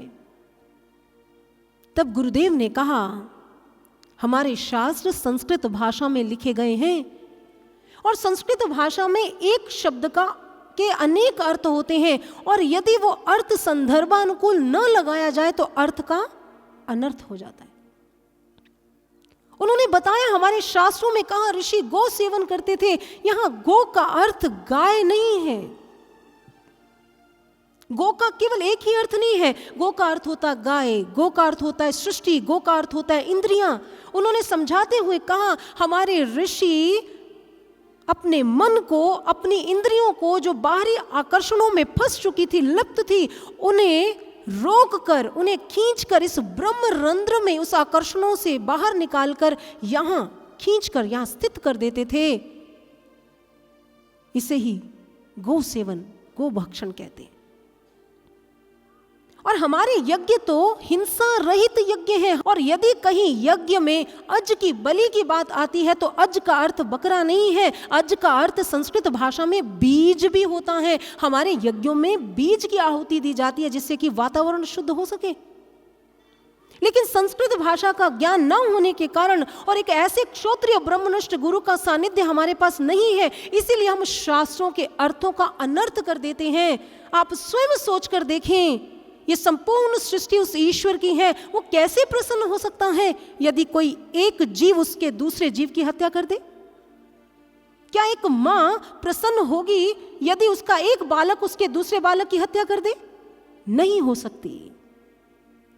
इसीलिए हमारे शास्त्रों ने, हमारे ऋषियों ने कहा है मांस का सेवन करने से केवल और केवल धार्मिक कारण नहीं है, इसके पीछे एक वैज्ञानिकता भी छिपी है। उन्होंने कहा ये ऐसा करने से आपका तन और मन दोनों रोगी हो जाते हैं। यदि आप मांस भक्षण करते हैं ये आपके मेंटल हेल्थ को डिस्ट्रॉय कर देता है। कहते हैं न्यूट्रिशन जर्नल की एक रिपोर्ट में उन्होंने एक ऐसा सर्च किया कुछ लोगों पर जो बहुत मांस का सेवन करते थे, और उन्होंने सर्च कर पाया और उनकी रिपोर्ट के मुताबिक उन्होंने कहा कि नॉन वेज में ऐसे ऐसे एसिड पाए जाते हैं जो सेहत के लिए बहुत नुकसानदायक है। उन्होंने कुछ वर्ग बनाए और उन वर्गों का निरीक्षण किया। उन्होंने कहा कि इन लोगों में तो बहुत एंजाइटी देखने को मिल रही है, डिप्रेशन देखने को मिल रहा है, नेगेटिविटी देखने को मिल रही है, इनके मूड स्विंग्स हो रहे हैं। तो उन्होंने उन लोगों के मूड को बदलने के लिए, उनकी एंजाइटी और डिप्रेशन को कम करने के लिए फिश पर रखा कुछ दिन, लेकिन कोई इंप्रूवमेंट नजर नहीं आई। लेकिन जब उन्हीं लोगों को वेजिटेबल्स पर रखा गया, शाकाहार भोजन दिया गया, तो उनके जीवन में, उनके व्यवहार में परिवर्तन देखने को मिला। और उस रिसर्चर्स का कहना है, उन लोगों का दावा है कि जो शाकाहार करते हैं वो अधिक पॉजिटिव रहते हैं और स्ट्रेस को अच्छे से डील कर पाते हैं नॉन वेजिटेरियन लोगों के मुकाबले। और हमारे वैज्ञानिकों ने, मनोवैज्ञानिकों ने भी कहा है ये हमारी सेहत के लिए, हमारे शरीर के लिए घातक है और हमारे पर्यावरण के लिए भी घातक है। हमारे शास्त्रों में केवल भावनात्मक स्तर पर मांस भक्षण निषिद्ध नहीं कहा गया है, इसके पीछे बहुत बड़ा साइंटिफिक रीज़न है। लेकिन वही बात है, पता होना और प्राप्त होने में बहुत बड़ा अंतर होता है। हमें पता तो बहुत कुछ है लेकिन प्राप्त नहीं है, और प्राप्त तब होगा जब हमारे जीवन में एक परफेक्ट मास्टर आएंगे। महापुरुषों ने कहा, इस जीवा स्वाद पूर्ति के लिए अपने जीवन को व्यर्थ मत गंवाना। ये जीवन बहुत अनमोल मिला है, तुम्हारे ही भीतर में रसों का रस, रसो वही सह, वो तुम्हारे भीतर में है। एक बार मृत्यु से पहले पहले उस रस का आस्वादन कर ले। ये संसार के निम्न कोटि के रस के पीछे तो फिर कभी भागेगा नहीं। इसीलिए संतों ने कहा, और रसायन छाड़ के राम रसायन लाग, राम रसायन लाग। और वे हमें क्या प्रेरणा देते हैं, आइए हम भी श्रवण करते हैं।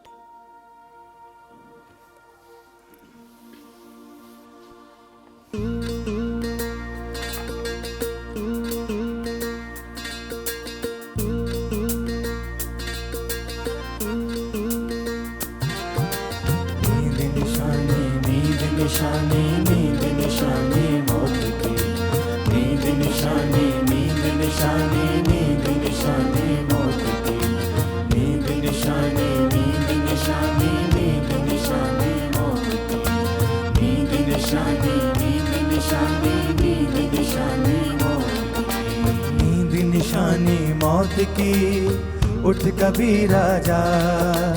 नींद निशानी मौत की, उठ कबीरा जा, और रसायन छाड़ के, और रसायन छाड़ के, नाम रसायन ला, और रसायन छाड़ के, नाम रसायन ला। नींद निशानी नींद निशानी नींद निशानी मौत की, नींद निशानी नींद निशानी नींद निशानी मौत की, नींद निशानी मौत की, उठ कबीरा जा, और रसायन छाड़ के, नाम रसायन ला। नींद निशानी मौत की, उठ कबीरा जा, और रसायन छाड़ के, नाम रसायन ला।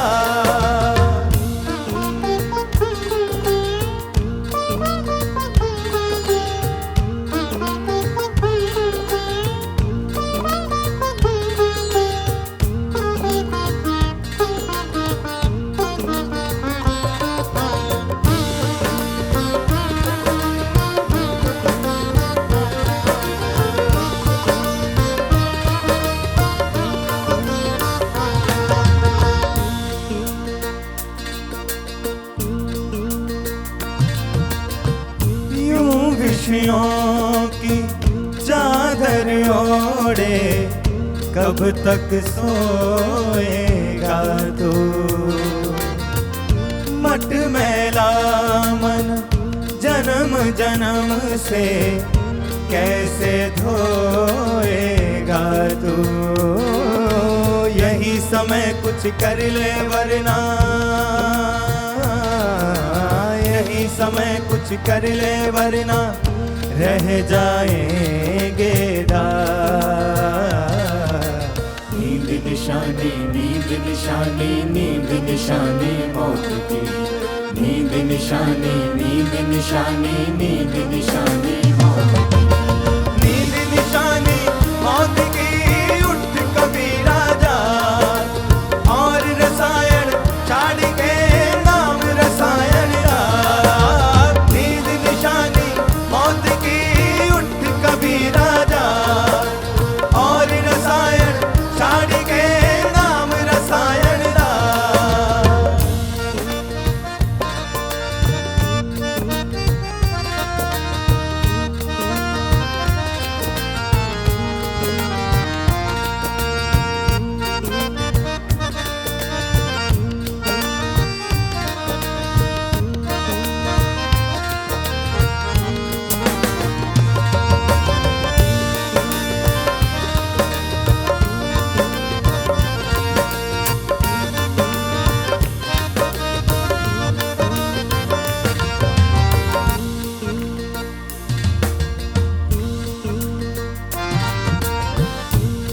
पल की है चिंता मन में, व्यर्थ का ढोए भार।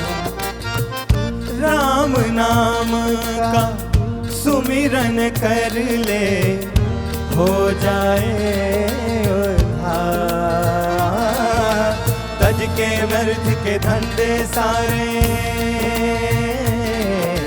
तज के व्यर्थ के धंधे सारे, राम चरण से ला। नींद निशानी, नींद निशानी, नींद निशानी मौत की।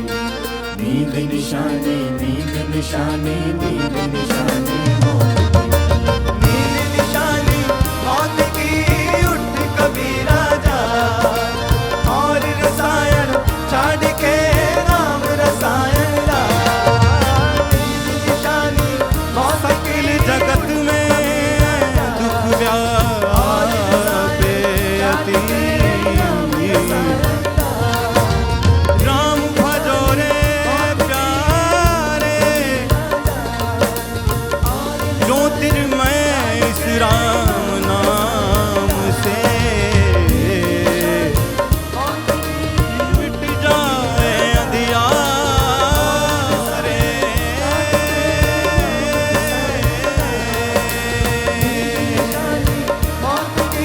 उठ कबीरा जा, और रसायन छाड़ के नाम रसायन ला। निशानी मौत की, उठ कबीरा जा, और रसायन छाड़ के नाम रसायन ला।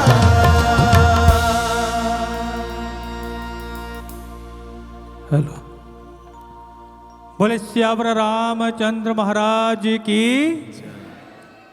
श्री सनातन धर्म की, गंगा मैया की, तीर्थ राज प्रयाग की, सर्वश्री आशुतोष महाराज की।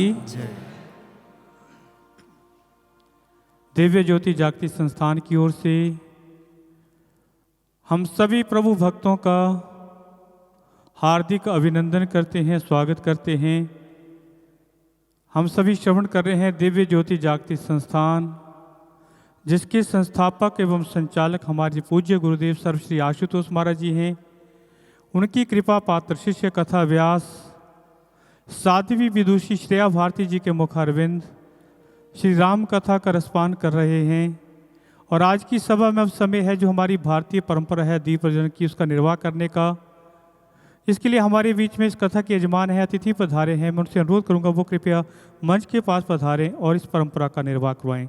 मेरा अनुरोध है इस कथा की जो मुख्य यजमान हैं, सुनीता देवी नेहरू प्लेस से, श्री वीरेश पांडे जी, श्रीमती अंजू पांडे जी नेहरू प्लेस से, श्री सुरेश वैष्णव, श्रीमती गिरिजा वैष्णव डूंगरपुर से, श्रीमती हीरा गौड़ नोएडा से, श्रीमती पूनम चौनाल, श्रीमती प्रोमिला जोशी नोएडा से, श्री राजेश डोगरा जी, श्रीमती सोनिया डोगरा जी नोएडा से, श्री विजय कुमार जी, श्रीमती अनीता जी नेहरू प्लेस से, श्रीमती शैली जैन पीतमपुरा से। इस सभी कथा के मुख्य यजमान हैं। सभी से मेरा आग्रह है कृपया मंच के पास पधारें।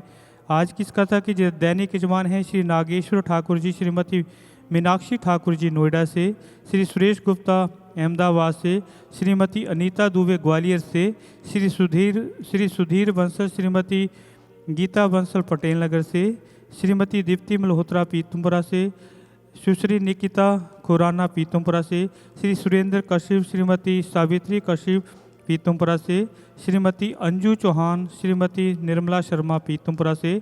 आज के भंडारा यजमान हैं श्री कन्हैया लाल पीतमपुरा से, श्रीमती पुष्पा पीतमपुरा से, श्रीमती रीना भार्गव पीतमपुरा दिल्ली से, श्री राजपाल श्रीमती दर्शना देवी पीतमपुरा से। इसके साथ साथ आज की कथा के जो प्रसाद यजमान हैं श्रीमती बिंदा सिंह पीतमपुरा से, श्रीमती माया मल्होत्रा पीतमपुरा से, श्रीमती रेखा अरोड़ा पीतमपुरा से, श्री सतीश यादव जी पीतमपुरा से, श्री सुरेश खोरालिया जी पीतमपुरा से, श्री राजकुमार गुप्ता जी पीतमपुरा से, श्री सुनीता नेगी जी पीतमपुरा से। इन सभी से मेरा आग्रह है कि कृपया परंपरा में सम्मिलित होने के लिए मंच के पास पधारें। इसके साथ साथ मैं अनुरोध करूंगा डॉक्टर मनीष श्रीवास्तव जी जो क्षेत्रीय सह संयोजक हैं शिक्षक प्रकोष्ठ काशी क्षेत्र भारतीय जनता पार्टी उत्तर प्रदेश के, एवं प्रोफेसर हैं मनीष कुमार श्रीवास्तव, प्रयागराज स्थित एग्रीकल्चर विश्वविद्यालय, उनसे मैं अनुरोध करूँगा कृपया मंच के पास पधारें। इसके साथ साथ मेरा अनुरोध है श्री ऋषि चड्डा जी, AG हैं हाई कोर्ट प्रयागराज, उनसे भी मैं अनुरोध करूँगा कृपया मंच के पास पधारें। और मैं आग्रह करूँगा आदरणीय कथा व्यासी से कि हमें आगे की कथा करस्पान करवाएं। आइए बड़ी ही श्रद्धा से, बड़ी एकाग्रता से, पूर्ण एकाग्रता से प्रभु की पावन कथा करस्पान करें। तो बोले सियावर रामचंद्र महाराज की जय श्री राम, जय श्री राम, जय श्री राम, जय श्री राम, जय जय श्री राम। जय जय श्री राम। कथा बताती है कि माँ शबरी पूरी रात्रि चिंता में व्याकुल रही और उसी समय उन्होंने निर्णय लिया, मैं ये विवाह ही नहीं करूंगी। और उसी समय माँ शबरी निकल पड़ी, बिना सोचे बिना समझे मुझे कहाँ जाना है, मैं क्या करूंगी, प्रभु को खोजने के लिए।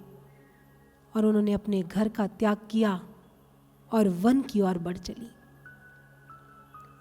वन में बढ़ती चली जा रही है। वो जानती है कि उसके पिता उसे खोजने का प्रयास करेंगे। कहते जिस समय शबरी की माता ने सुबह देखा शबरी तो है ही नहीं, शबरी की खोज प्रारंभ हो गई, लेकिन शबरी कहां मिलने वाली थी। माता शबरी दिन में छिप जाती और रात्रि में अपनी यात्रा प्रारंभ करती और यात्रा करते करते वो दंडकारण्य में पहुंच गई, जहां माता शबरी ने एक अद्भुत दृश्य देखा। बहुत सारे सन्यासी, हठी, योगी, महात्मा, तपस्वी तपस्या कर रहे हैं। कोई उल्टा लटका है, किसी की जटाएं हैं, किसी का मुंडन है, कोई स्थिर बैठा है, कोई जल में खड़ा है, कोई अग्नि का घेरा बनाकर उसके बीच में विद्यमान है। भांति भांति की सब अपनी अपनी तपस्याएं कर रहे हैं। तो मां शबरी को लगा यही उचित स्थान है, ऐसा करती हूं, यहां खूब सेवा करती हूं, जीवन व्यतीत हो जाएगा। लेकिन मां शबरी सोचने लगी, मैं तो भील जाति की हूं, अगर मैं सामने आकर इनकी सेवा करूंगी तो कहीं क्या करूं। तो उन्होंने सोचा ऐसा करती हूं, इनके उठने से पहले ही सारे कार्य कर दिया करूंगी, सेवा भी हो जाएगी और मैं नजर भी नहीं आऊंगी। कहते माता शबरी ऐसे करती, उन योगियों के उठने से पहले उठती, मार्ग साफ करती, पानी भरकर लाती, पुष्प लाती, फल लाती, और जैसे वो उठने लगते वो अदृश्य हो जाती, कहीं छिप जाती।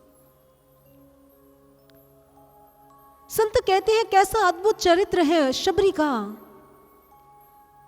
शबरी चाहती है मेरी सेवा दिखे, भले सेवक ना दिखे, बट मेरी सेवा जरूर दिखे, मैं सेवा करूं। लेकिन विडंबना है, आज दौड़ है, हम कहते हैं सेवक दिखे भले सेवा ना दिखे। आज अपने आप को अदृश्य कर लिया और निरंतर सेवा में रत है। और कहते हैं जिस समय सेवा करते करते एक दिन शबरी को मार्ग साफ करते देरी हो गई तो एक योगी चले आ रहे थे। उन्होंने कहा कौन है, बहुत दिनों से हम ऐसे भक्त को खोज रहे हैं जो आता है, मार्ग साफ करता है, जल फल फूल लाता है, लेकिन वो सामने नहीं आता, कौन है, अवश्य वही होगा। माता शबरी भयभीत हो गई, दोनों हाथ जोड़कर कहने लगी क्षमा करें, क्षमा करें योगी, क्षमा करें, मैं भील जाति की कन्या हूं, मेरा नाम शबरी है। योगी ने सुना तो कुपित हो गए, भील जाति की, तुमने हमारी सारी की सारी तपस्या को नष्ट भ्रष्ट कर दिया, तुम्हारा इतना दुस्साहस, अभी मेरी आंखों से ओझल हो जाओ, अन्यथा मैं तुम्हें श्राप दे दूंगा। शबरी भयभीत हो गई, नहीं मुनिवर, मैं आपको क्षति पहुंचाने नहीं आई, मैं तो सेवा करने आई हूं, मुझे क्षमा कर दे। और वो सन्यासी पांव को पटकते हुए पंपा सरोवर की ओर चल पड़े। जैसे ही पंपा सरोवर के तट पर पहुंचे, देखा पंपा सरोवर का जल तो रक्त रंजित हो चुका है, दूषित हो चुका है। कहने लगे अवश्य उस भीलनी के कारण हुआ है। और मां शबरी एक वृक्ष की ओट में बैठी खूब रो रही है और मेरे प्रभु को पुकार रही है, प्रभु मैं तो आपके लिए निकली थी, मैंने सोचा था मैं आपकी भक्ति करूंगी, लेकिन मैं कहां जाऊं? माना मैं नीच जाति की हूं, मैं भीलनी हूं, क्या मैं भक्ति नहीं कर सकती? कहते हैं शबरी रो रही है और उधर मतंग मुनि के आश्रम में जब ये बात पहुंची कि पंपा सरोवर का जल दूषित हो गया है, तो उन्हें समझने में देरी नहीं लगी, किसी भक्त का अपमान हुआ है। जब जब भी किसी भक्त का अपमान होता है तो ऐसे होता है। मतंग मुनि उस भक्त को ढूंढने के लिए निकल पड़े। ये मेरे गुरु ही होते जो अपने बच्चों को, अपने भक्तों को करोड़ों की भीड़ में ढूंढ लेते। ये गुरु ही होते। हम तो स्वयं को नहीं ढूंढ पाते, लेकिन कैसे पूर्ण सद्गुरु खोज लेते। शबरी रुदन कर रही है और मतंग मुनि ने अपना हाथ शबरी के सर पर रख दिया, कहा पुत्री उठो, रो क्यों रही हो?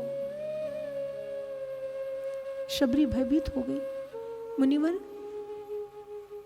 आप मुझे स्पर्श ना करें, मैं नीच जाति की हूं। मतंग मुनि कहने लगे, पुत्री भगवान ने तो सबको समान बनाया है, तुम भी ईश्वर की अंश हो और मैं भी, और जिसके पास वो चक्षु नहीं है वही ये भूल कर सकता है। उठो, तुम्हारी भक्ति की यात्रा अब आरंभ होगी। और गुरुदेव शबरी को साथ लेकर आश्रम में आ गए। शबरी को तो जैसे सब कुछ मिल गया। शबरी अत्यंत प्रसन्न हो गई, दिन रात अपने गुरु की सेवा करती, उनके चरणों की आराधना करती, और गुरुदेव जब बुलाते तो शबरी दौड़ी चली आती उनकी सेवा के लिए। और एक दिन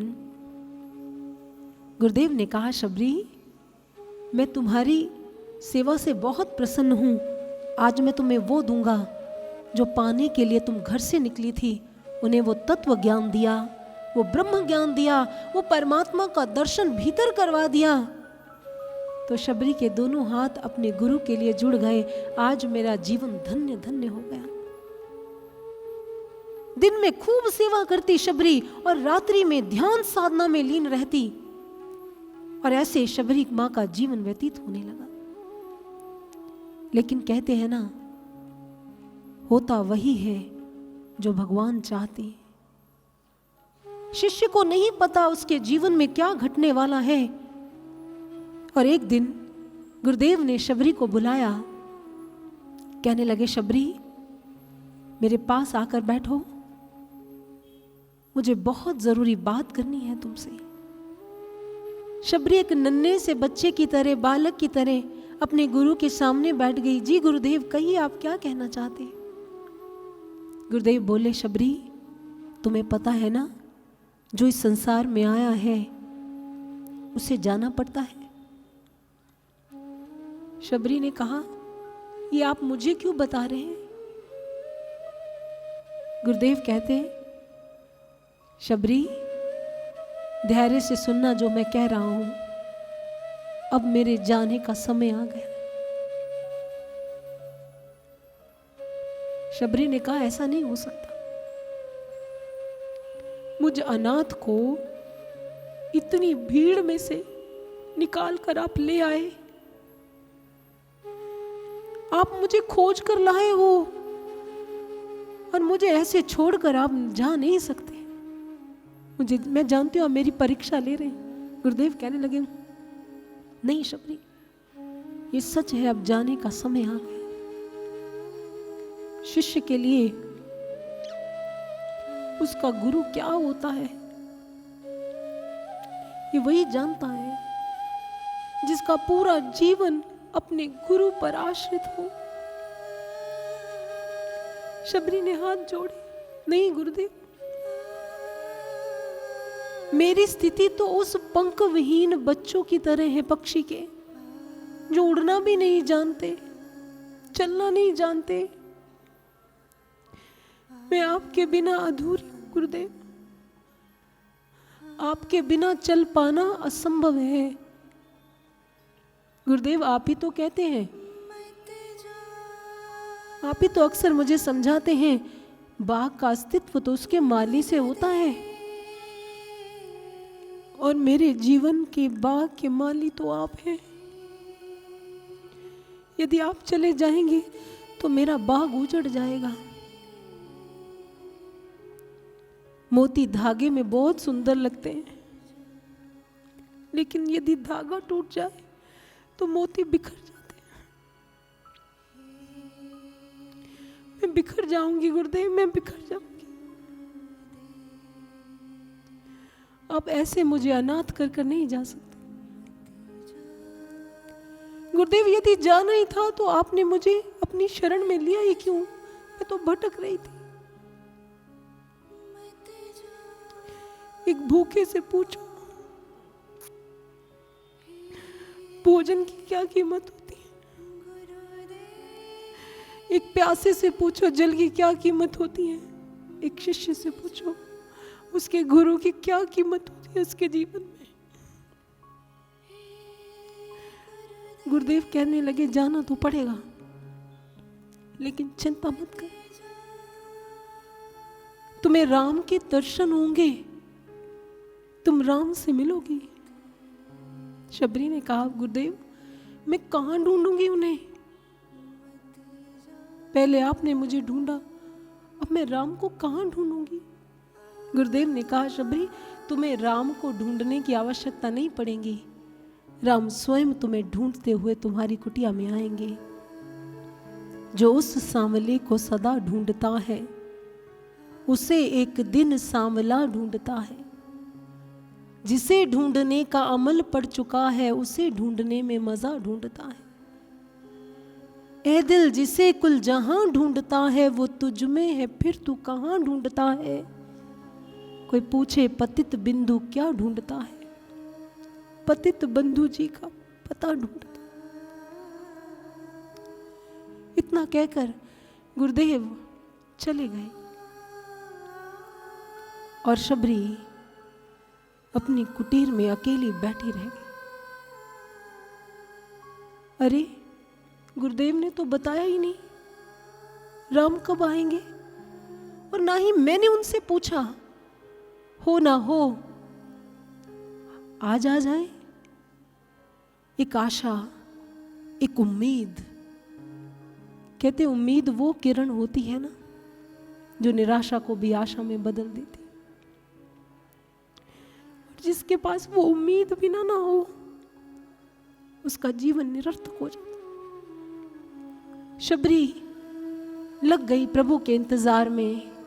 मेरे गुरुदेव ने कहा है तो मेरे प्रभु आएंगे। मेरे गुरु कभी असत्य भाषण नहीं करते, वो हास्य में भी ऐसी कोई बात नहीं करते हैं जो असत्य हो, और मेरे गुरु ने कहा है तो वो अवश्य आएंगे। जल्दी से कुटिया को धोना शुरू कर दिया, फल लेने गई, जल लाई, मार्ग साफ किया, आज तो आएंगे ही आएंगे। लेकिन प्रभु नहीं आए। लेकिन शबरी घबराई नहीं, कहने लगी कोई बात नहीं, कल आ जाएंगे। शबरी इंतजार करती रही, रोज रोज मार्ग साफ करती, रोज प्रभु को पुकारती, लेकिन प्रभु नहीं आते। मार्ग में हवा फिर से कंकरियां बिखेर जाती, पुष्प मुरझा जाते, लेकिन मां शबरी की भक्ति मुरझाती नहीं, उनका प्रेम मुरझाया नहीं। कहते हैं जब शबरी को ज्ञान मिला तो वो युवा अवस्था में थी। प्रभु के इंतजार को करते करते करते करते वो वृद्ध हो गई। आंखों की रोशनी कम होने लगी, कदम लड़खड़ाने लगे, कमर झुकने लगी, लेकिन भक्ति नहीं झुकी। प्रेम कम नहीं हुआ, उसका विश्वास कम नहीं हुआ। अपने गुरु के वचनों पर विश्वास रखा, शरीर झुका है तो क्या हुआ, युवा से वृद्ध हो गई हूं तो क्या हुआ, मेरे प्रभु आएंगे तो आएंगे, वो मुझे दर्शन देने आएंगे, मुझे विश्वास है। लोगों ने उपहास उड़ाया, अरे शबरी किसका इंतजार कर रही है, अरे वो तुम्हारे पास क्यों आएंगे, तुम्हारे पास है क्या। लेकिन उन्होंने कहा भले मेरे पास कुछ नहीं है, पर मेरे पास ये आशा है, ये उम्मीद है, मेरे गुरु के वचन हैं। और रोज इंतजार करती और लड़खड़ाते कदमों से प्रभु को देखने जाती मार्ग तक, कि वो ना हो आज आ रहे होंगे। कोई तिथि नहीं, कोई मास नहीं, लम्हा मुझे अब रास नहीं, आ भी जाओ ना रघुवर, तुम बिन मेरी कोई आस नहीं। जीवन का एक एक क्षण मुझको परेशान किए जाता है, हर श्वास मेरा पूछे मुझको तू कैसे जिए जाता है। दर्श दिखा अब दूर न जा, मैं जानती हूँ आस पास यहीं, अभी जाओ ना रघुवर, तुम बिन मेरी कोई आस नहीं। माँ शबरी कह रही है, अब प्रभु अब तो जीवन की शाम भी ढलने लगी है, एक बार, बस एक बार आपके दिव्य चरणों को छूना चाहती हूँ, बस एक बार इस अनाथ को फिर से सनाथ कर दे, एक बार अपने दिव्य कर कमलों का मुझे स्पर्श दे, अपना दर्शन दे। इसके अलावा इस शबरी को और कुछ नहीं चाहिए, और कुछ नहीं चाहिए प्रभु। जीवन की ढलने लगी है शब।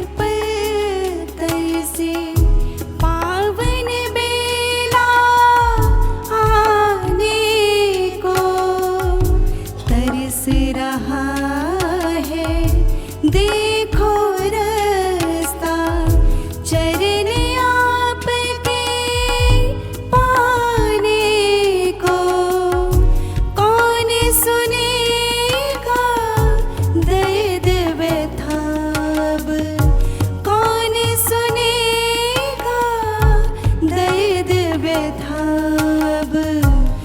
तुझ बिन कौन धीर बधाए। जीवन की ढलने लगी है शाम, जीवन की ढलने लगी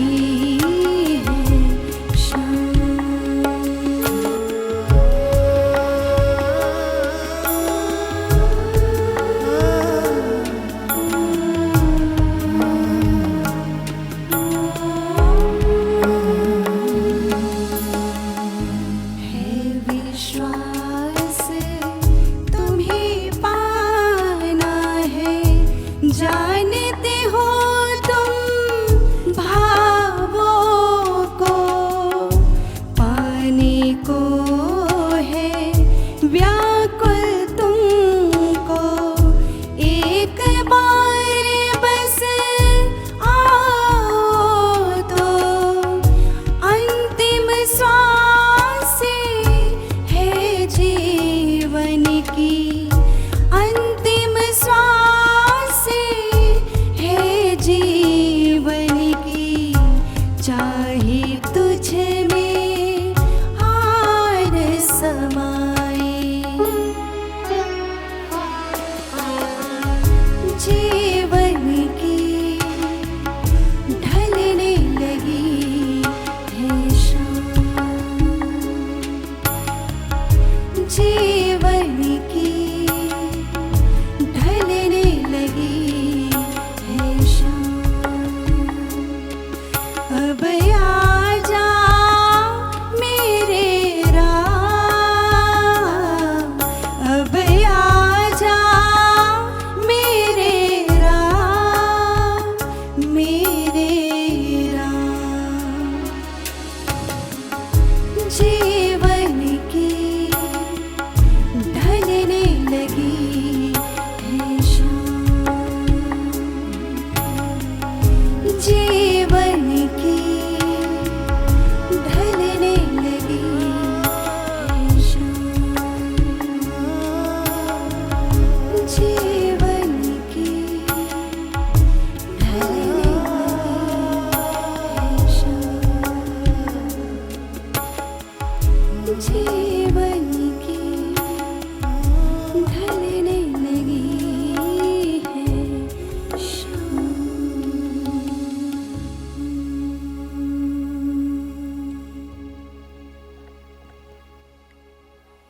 शबरी माँ को ये चिंता नहीं है कि उसके जीवन की शाम ढल रही है। वो इस ढलती हुई शाम में अपने श्याम वर्ण प्रभु का दर्शन करना चाहती है, अपने प्रभु को पाना चाहती है, उसका अनुभव करना चाहती है। पूरे रामचरितमानस में ये प्रसंग बड़ा कठिन प्रसंग है। मुझे याद है एक बार मेरे गुरुदेव ने कहा, आप शबरी प्रसंग नहीं करते हैं? मैंने कहा नहीं महाराज जी, मेरे लिए ये प्रसंग करना बहुत कठिन है। मुझे बहुत कठिन लगता है क्योंकि इसमें इतनी पीड़ा है, इतनी वेदना है, और एक गुरु को शिष्य से और शिष्य को गुरु से अलग होते हुए देखना बहुत कठिन कार्य होता है। गुरुदेव ने कहा, आपको पता है शबरी प्रसंग में एक आशा है, ऐसी आशा कि गुरु के वचन कैसे सच होते हैं। महर्षि ने कहा, शबरी प्रसंग में एक आस है कि गुरु जो कहते हैं वो कर कर दिखाते हैं और भगवान आते हैं। धैर्य की प्रतिमूर्ति है,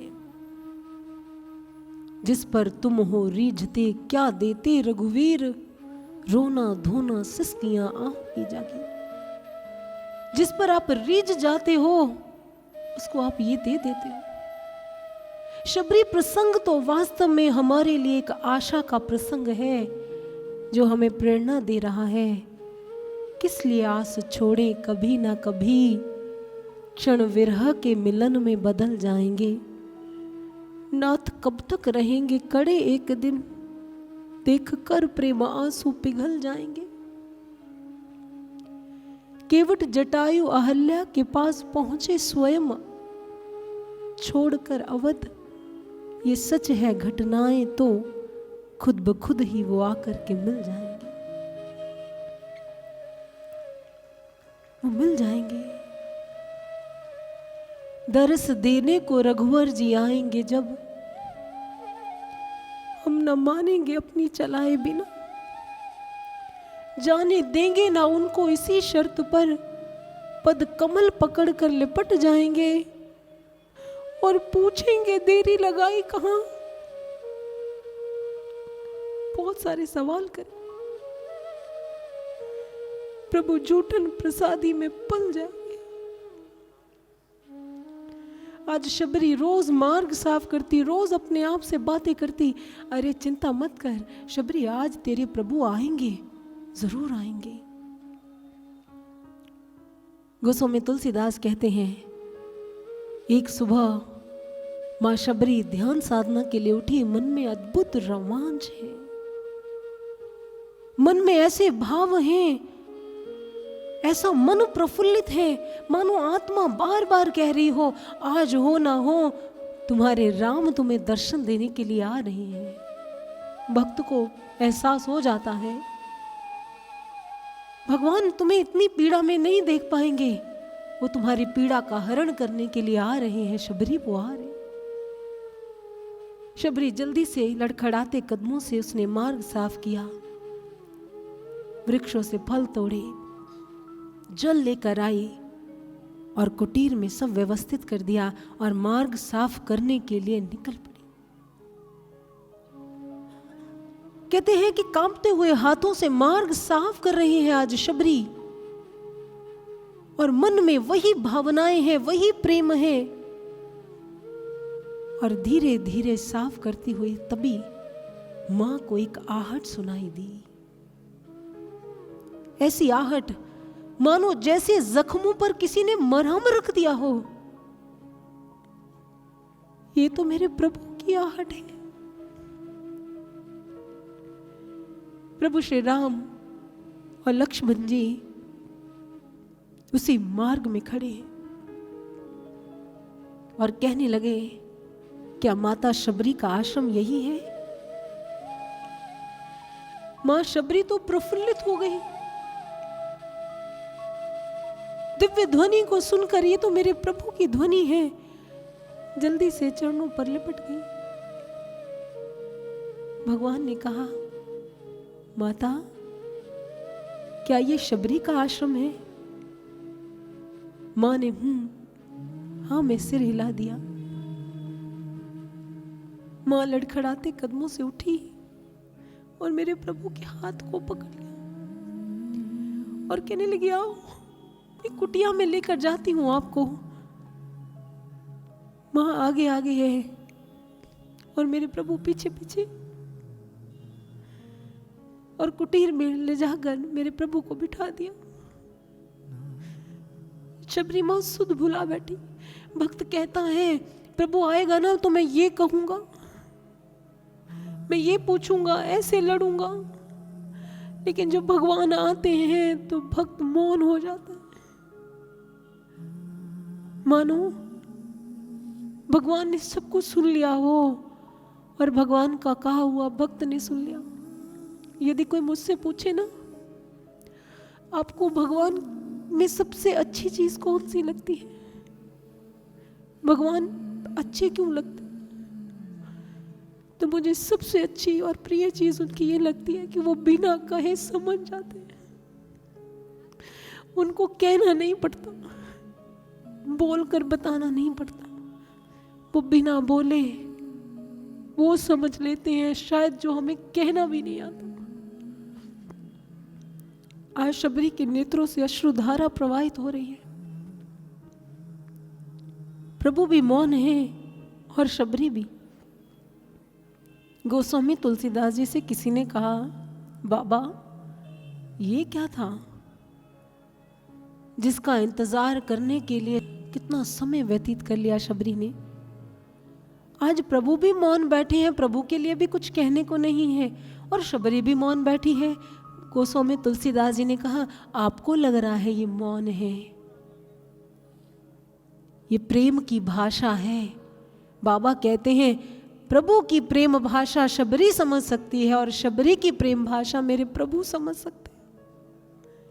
आज दोनों में मौन वार्ता हो रही है, जिसमें कोई छल, कोई कपट, कोई दुराव नहीं है, और आंखों से वो प्रेम छलक रहा है। वो अगर पात्र में जल ज्यादा भर जाए ना तो वो पात्र से बाहर आ जाता है। आज भगवान के नेत्र भी नम हो गए और शबरी की आंखें भी नम है, मानो भगवान से यही कह रही है, तुम्हें देखा प्यासी आंखों से बरसात।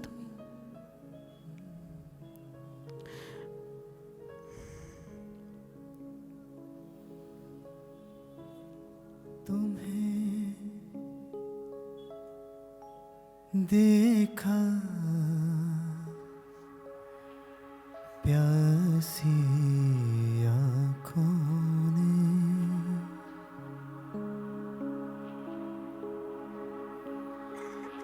तुम्हें देखा प्यासी आँखों ने, तो आँखों से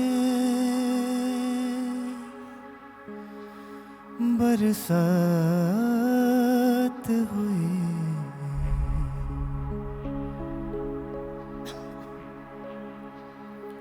ना होश रहा ना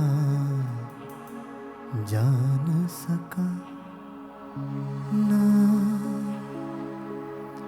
होश रहा ना जान सका। कब दिन गुजरा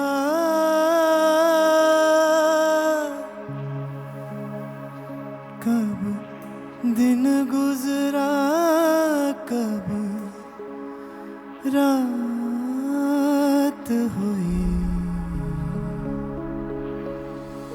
तुम्हें देखा प्यासी आँखों ने।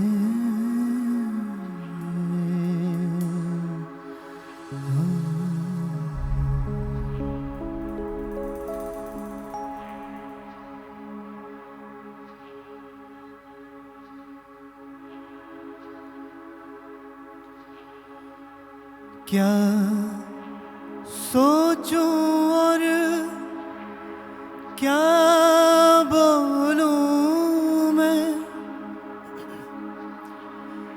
मुझ पर क्या क्या एहसान हुआ,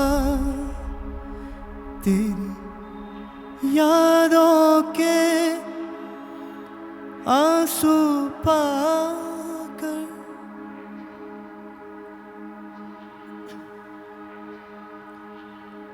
रघुवर में भी धनवान हुआ, रघुवर में भी धनवान हुआ। पहले कुछ ना था देने को,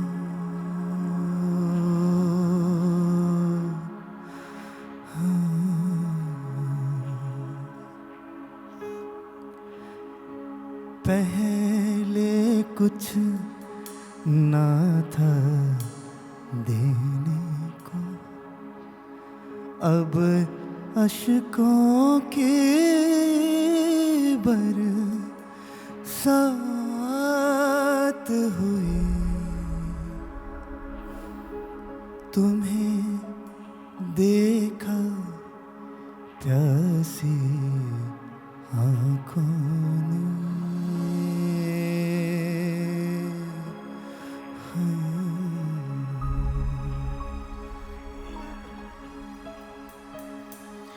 तेरे नूर की एक जलती शम्मा मेरे सोने दिल तक जा पहुंची। सांसों के रस्ते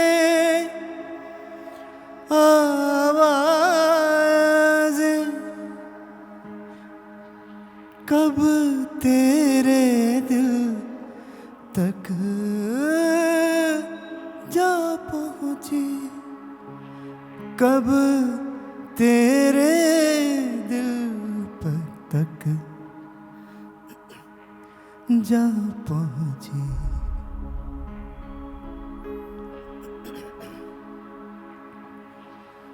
जज्बात की हद से मैं गुजरा,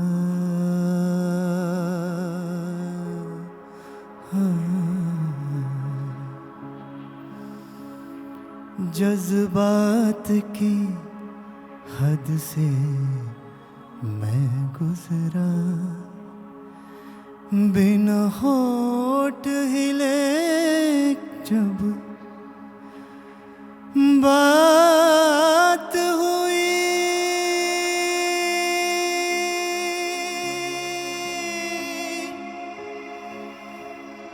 जब बात हुई,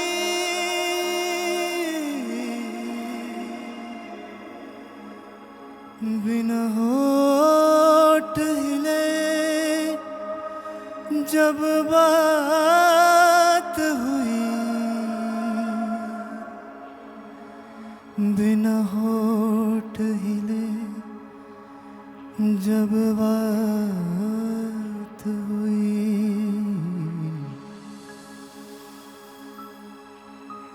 बिना होठ हिले जब बात हुई। तुम्हें देखा प्यासी आँखों ने तो आँखों से बरसात हुई। ना होश रहा ना जान सका, कब दिन गुजरा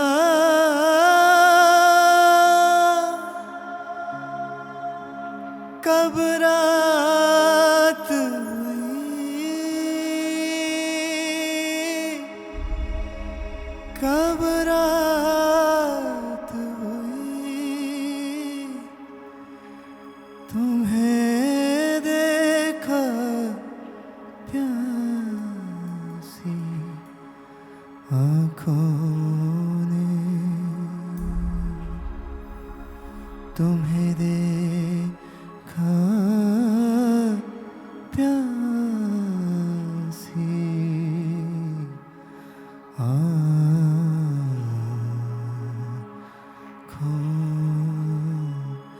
ने।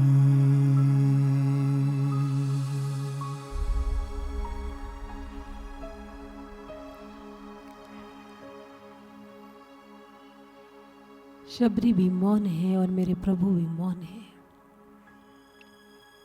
प्रभु को लगा अब मुझे ही मौन तोड़ना पड़ेगा, शबरी से नहीं टूटेगा।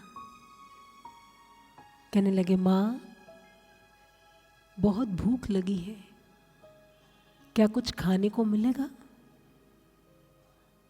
माँ को याद आया, अरे मैं तो रोज भगवान के लिए फल लाती हूँ और आज इन्हें देखकर मैं भूल गई।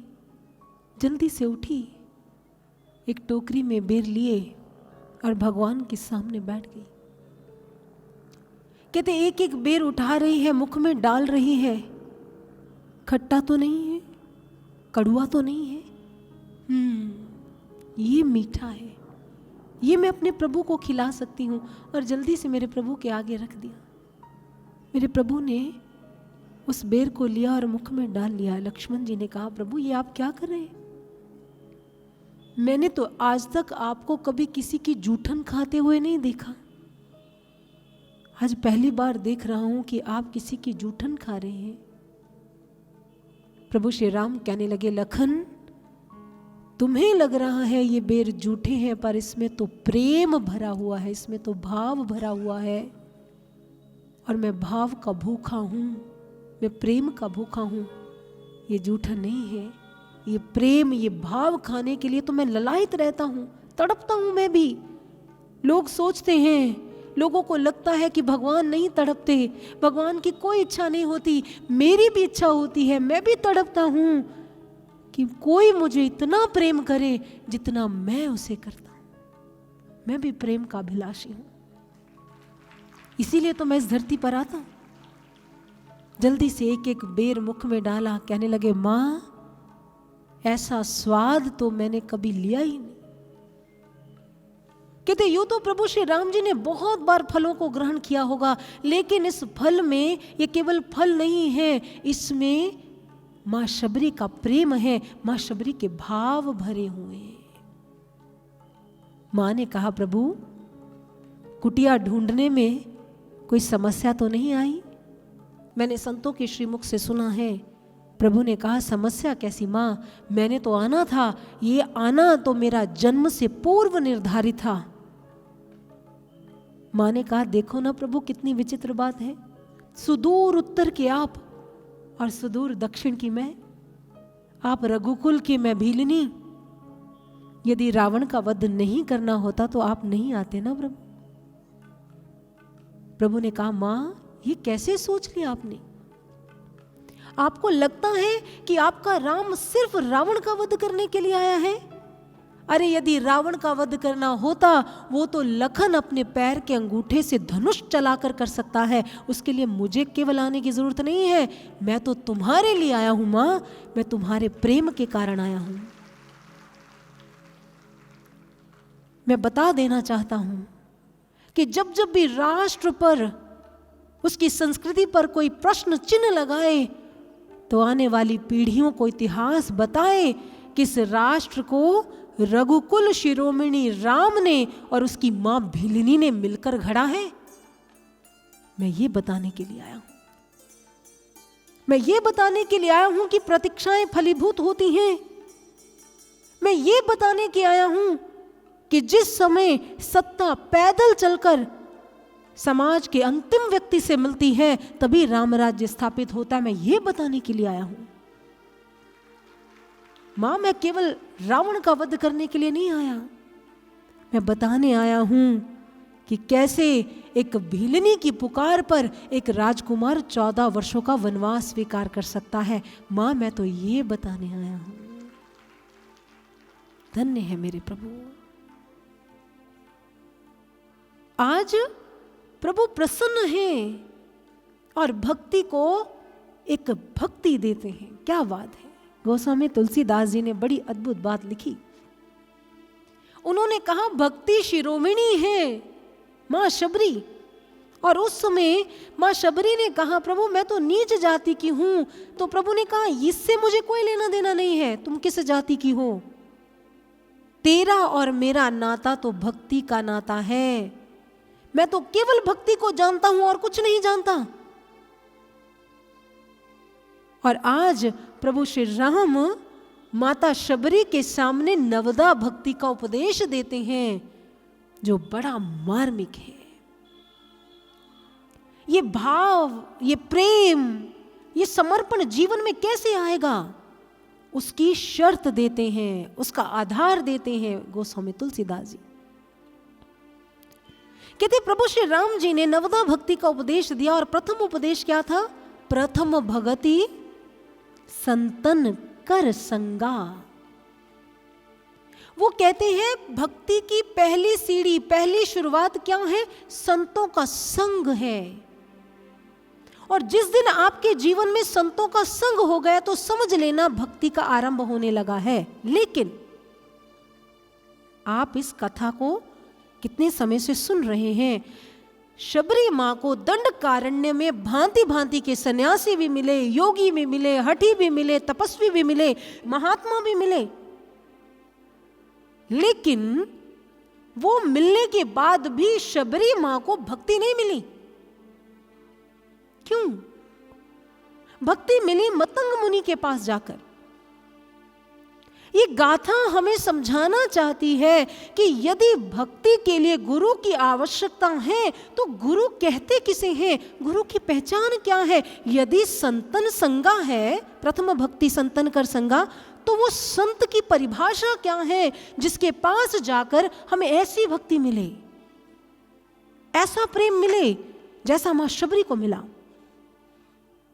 क्यों गोस्वामी तुलसीदास जी ने कहा? उन्होंने कहा, इसलिए कहा, वो कहते हैं कहीं ऐसा ना हो कि आप कुछ वेशधारियों के पास चले जाएं,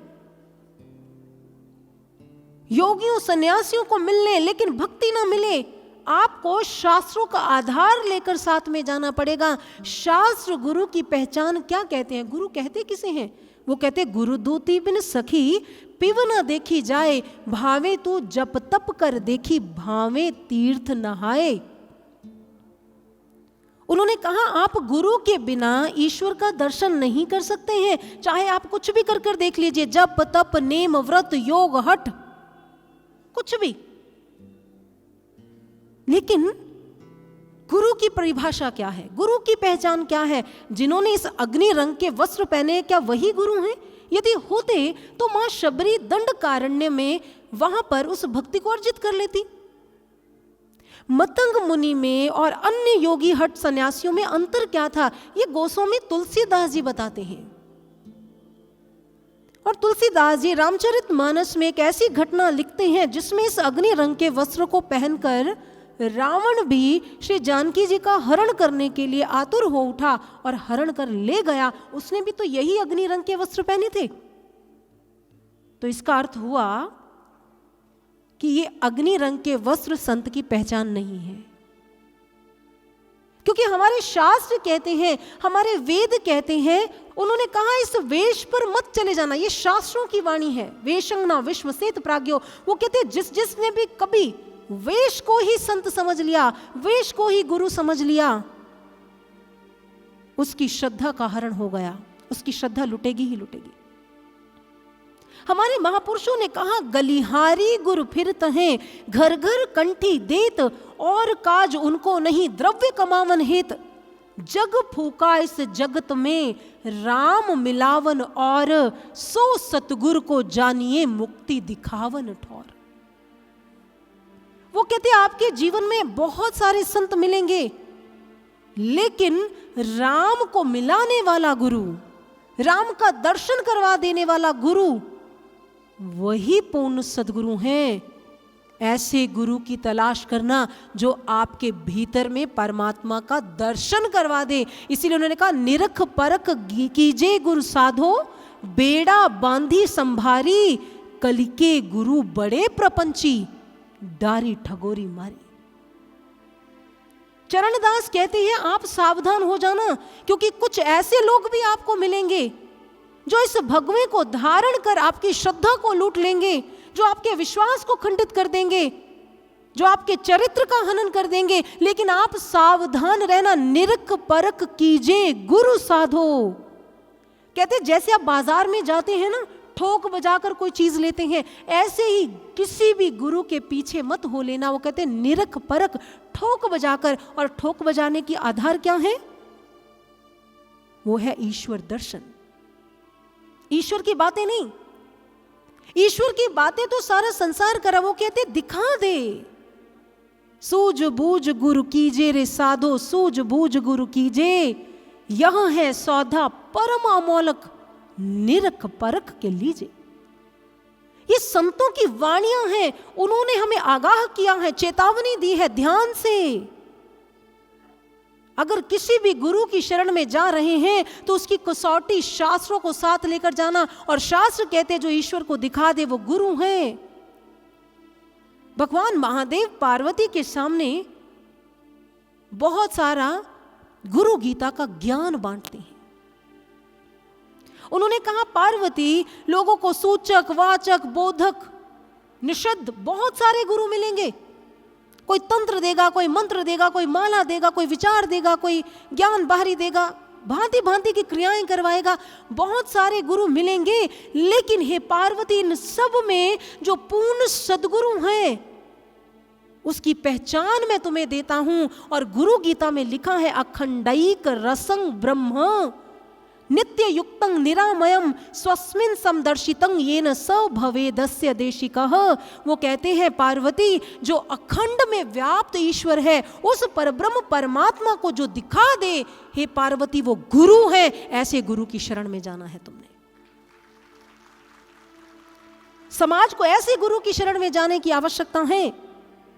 चलिए मैं आपको उपनिषदों की यात्रा करवाना चाहूंगी। उपनिषदों में कहा, जब उपदेष्टाओं ने, ऋषियों ने प्रश्न किया गुरु की पहचान क्या है, तो उन्होंने कहा अंतःस्थ सच्चिदानंदं साक्षात्कारं सुसाध्येत यो सावेव गुरुः प्रोक्तः परो नाम धरः स्मृतः।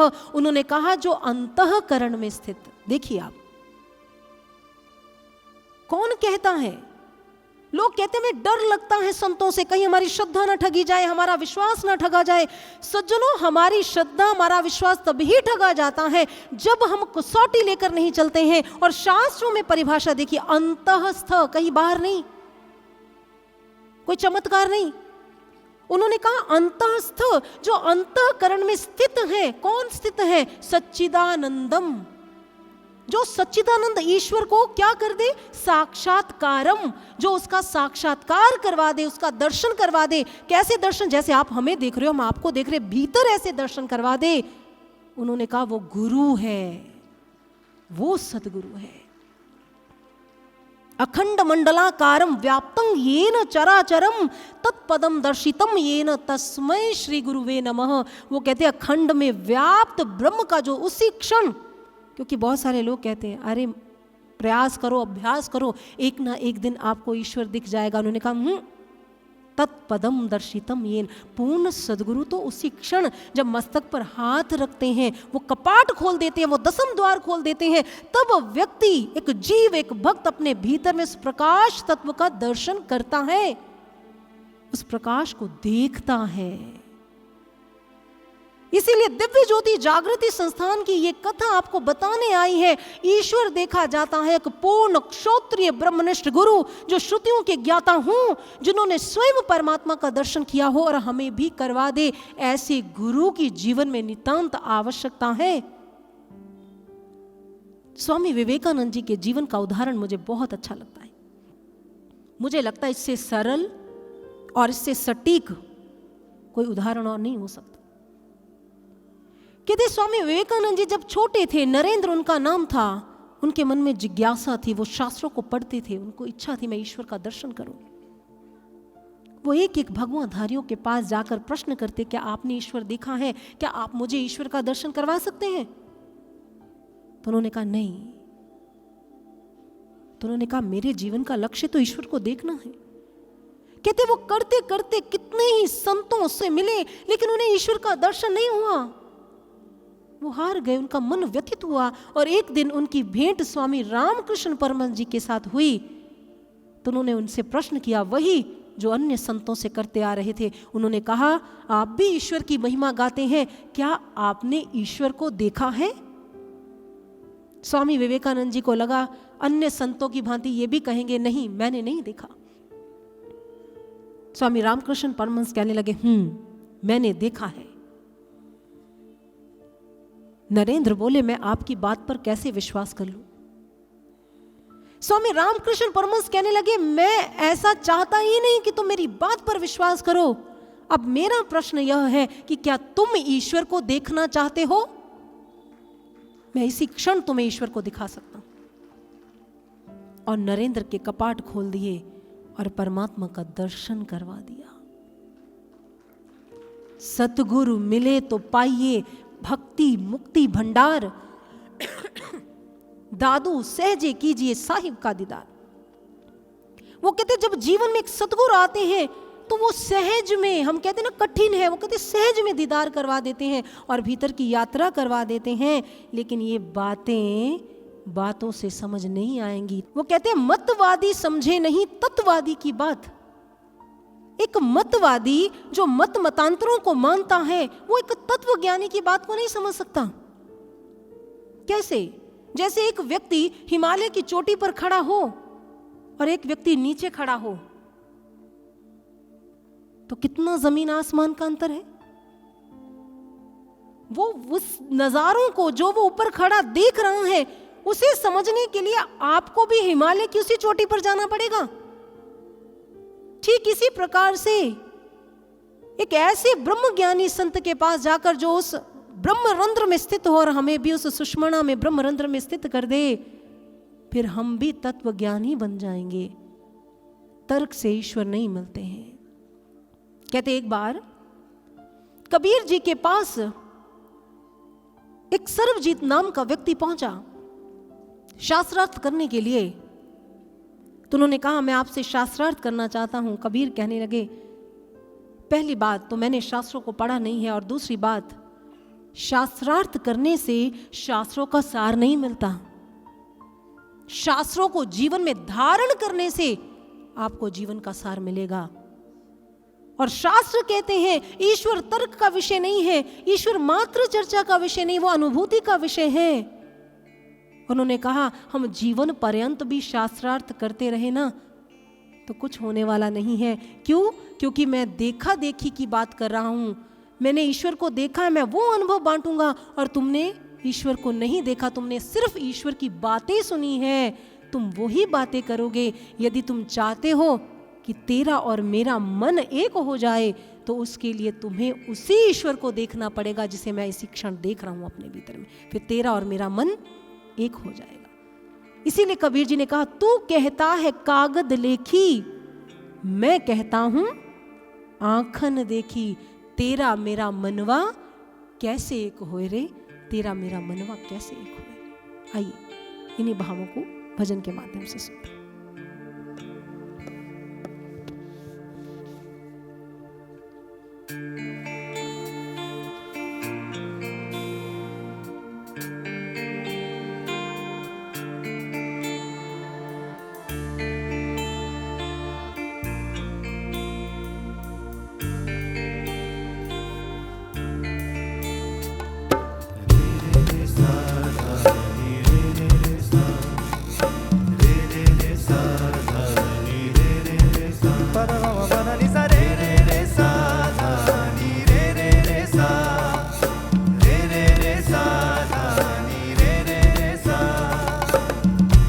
कहता कागद की लेखी,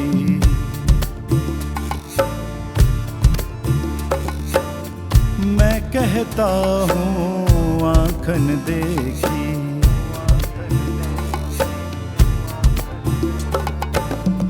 तू कहता कागद की लेखी, मैं कहता हूँ आँखन देखी। मैं कहता सुलझावन हारी, मैं कहता सुलझावन हारी। तू राखे उलझाए रे,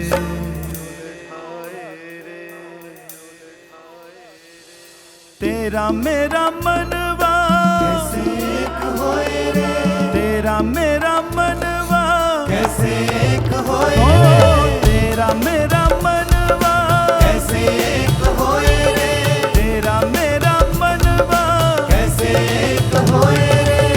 कैसे एक होई रे, कैसे एक होई रे, कैसे एक होई रे, कैसे एक होई रे, कैसे एक होई रे, कैसे एक होई रे, कैसे एक होई रे, कैसे एक होई रे, कैसे एक होई।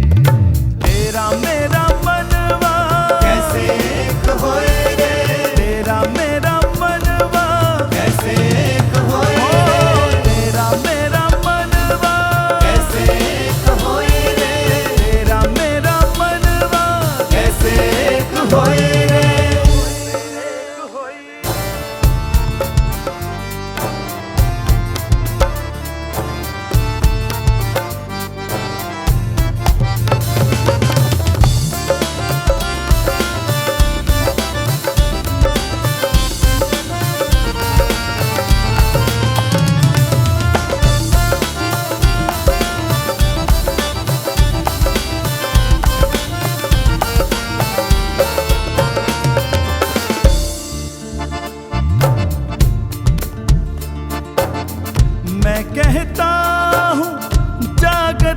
रहियो तू जाता है सोए रे। मैं कहता निर्मोही रहियो तू जाता है मोहे रे।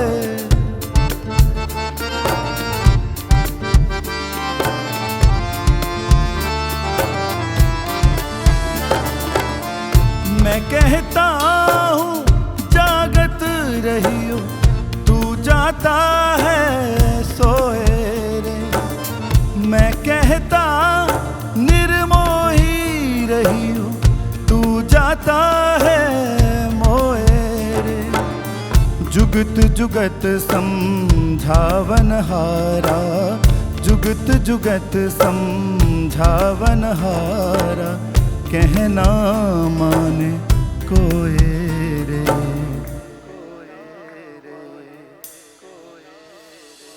तेरा मेरा मनवा कैसे एक होए रे, तेरा मेरा मनवा कैसे एक होए हो, तेरा मेरा मनवा कैसे एक होए रे, तेरा मेरा मनवा कैसे एक होए हाँ, तेरा मेरा मनवा कैसे एक होए रे।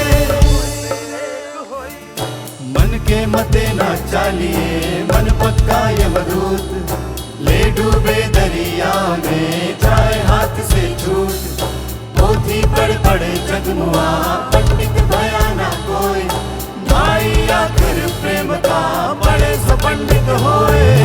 ओ कबीरा कबीरा ओ कबीरा कबीरा कबीरा कबीरा ओ कबीरा कबीरा ओ कबीरा कबीरा ओ कबीरा कबीरा कबीरा कबीरा ओ कबीरा कबीरा ओ कबीरा कबीरा ओ कबीरा कबीरा ओ कबीरा।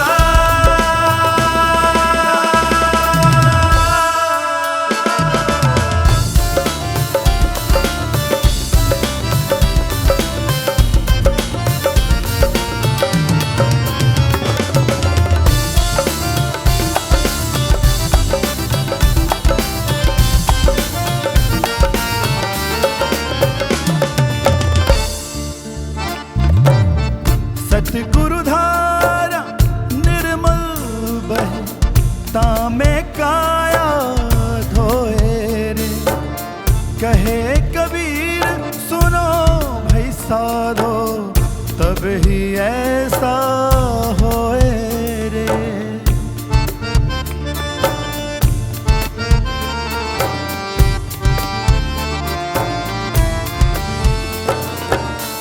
सतगुरु धारा निर्मल बहे, तामे काया धोए रे।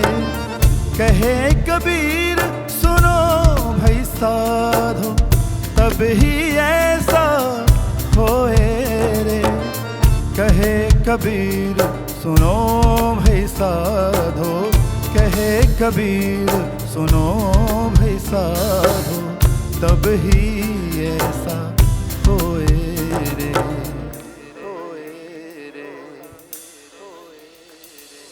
तेरा मेरा मनवा कैसे एक होए रे, तेरा मेरा मनवा कैसे एक हो, होए रे, तेरा मेरा मनवा कैसे एक होए रे, तेरा मेरा मनवा कैसे एक होए रे, कैसे एक होई रे, कैसे एक होई रे, कैसे एक होई रे, कैसे एक होई रे, कैसे एक होई रे, कैसे एक होई रे, कैसे एक होई रे, कैसे एक होई रे। ओ मन के मते ना चालिए मन पक्का यमदूत, ले डूबे दरिया में जाए हाथ से छूट।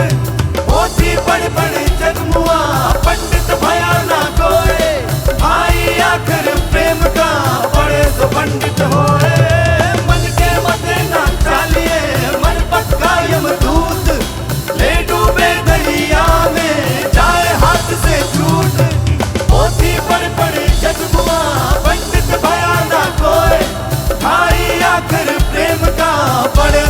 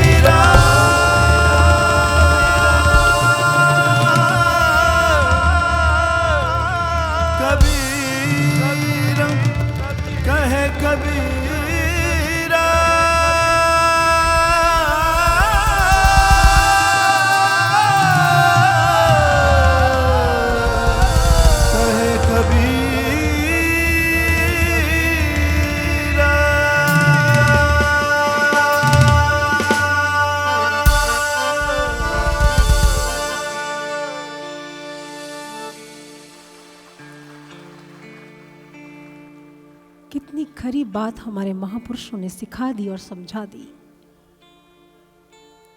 कि गुरु विचार से हमें उस ईश्वर दर्शन तक ले जाते। दादू दयाल कहते हैं, दादू सतगुरु साचा मिलिया लिया कंठ लगाए, दया भई दयाल की तब प्रीतम दिया दिखाए। जब उसकी दया हुई तो उसने मुझे ईश्वर का दर्शन करवा दिया। और आज प्रभु नवधा भक्ति के उपदेश में हमें ऐसे ही ब्रह्मनिष्ठ क्षत्रिय गुरुदेव की शरण में जाने की प्रेरणा दे रहे हैं। और कहते हैं भगवान श्री राम और माता शबरी में भक्ति की चर्चा हुई और उसके पश्चात पंपा सरोवर में जाते हैं। और मैंने संतों के श्रीमुख से सुना है, भक्त और भगवान दोनों मिलकर ही अपने स्पर्श से उस पंपा सरोवर के जल को स्वच्छ कर देते हैं, शुद्ध कर देते हैं। ये भक्त और भगवान की कह लीजिए संयोग और जो उनका मिलन है वो कैसे शुद्धता ले आता है। इस श्री राम कथा के अंतिम चरण में मैं एक ऐसे विषय की ओर आपको लेकर जाना चाहूंगी जिसमें अद्भुत रामायण में बड़ा सुंदर वर्णन आता है कि पंपा सरोवर के तट पर प्रभु श्री राम खड़े हैं और वहां पर वो जल देवता को नमन कर रहे हैं, प्रणाम कर रहे हैं। गोस्वामी तुलसीदास जी ने अगर रामचरितमानस को हम पढ़ें तो एक ऐसी भारतीय परंपरा, एक ऐसी भारतीय संस्कृति से हमें अवगत करवाते हैं कि कैसे वृक्षों को पूजा जाता है, कैसे देवताओं के तुल्य उनकी उपासना की जाती है। तो वाल्मीकि रामायण में वाल्मीकि जी बड़ा सुंदर विवरण देते हुए कहते हैं कि जिस समय प्रभु श्री राम वन में आते हैं तो वो कैसे जलचर जीव हो, वनचर जीव हो, वन हो, प्रकृति हो, उनके भीतर में उनके प्रति उनके अंदर सम्मान की दृष्टि है, प्रेम का भाव है, सद्भावना का भाव है। और एक दिन गोस्वामी तुलसीदास जी ऐसा ही भाव रामचरितमानस में व्यक्त कर रहे थे। तो जिस समय व्यक्त कर रहे थे तो उन्होंने कहा, प्रभु श्री राम जी ने धरती माँ को वो प्रणाम करते हैं, वनों को प्रणाम करते हैं, वृक्षों को प्रणाम करते हैं, नदियों को प्रणाम करते हैं। इसके पीछे का कारण क्या है?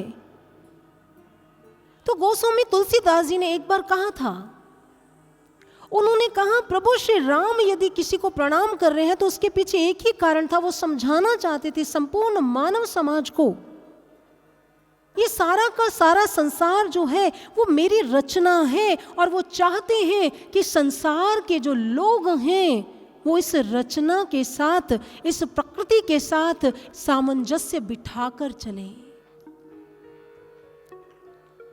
वो कहते हैं कि हे मां पृथ्वी, आप हमारी मां तुल्य हैं, और हे पर्जन्य स ऊ पिता, हे पर्जन्य वर्षा करने वाले देवता, आप हमारे पिता के तुल्य हैं, और ये धरती और ये वर्षा के देव मिलकर हमारा लालन पालन और पोषण करते हैं।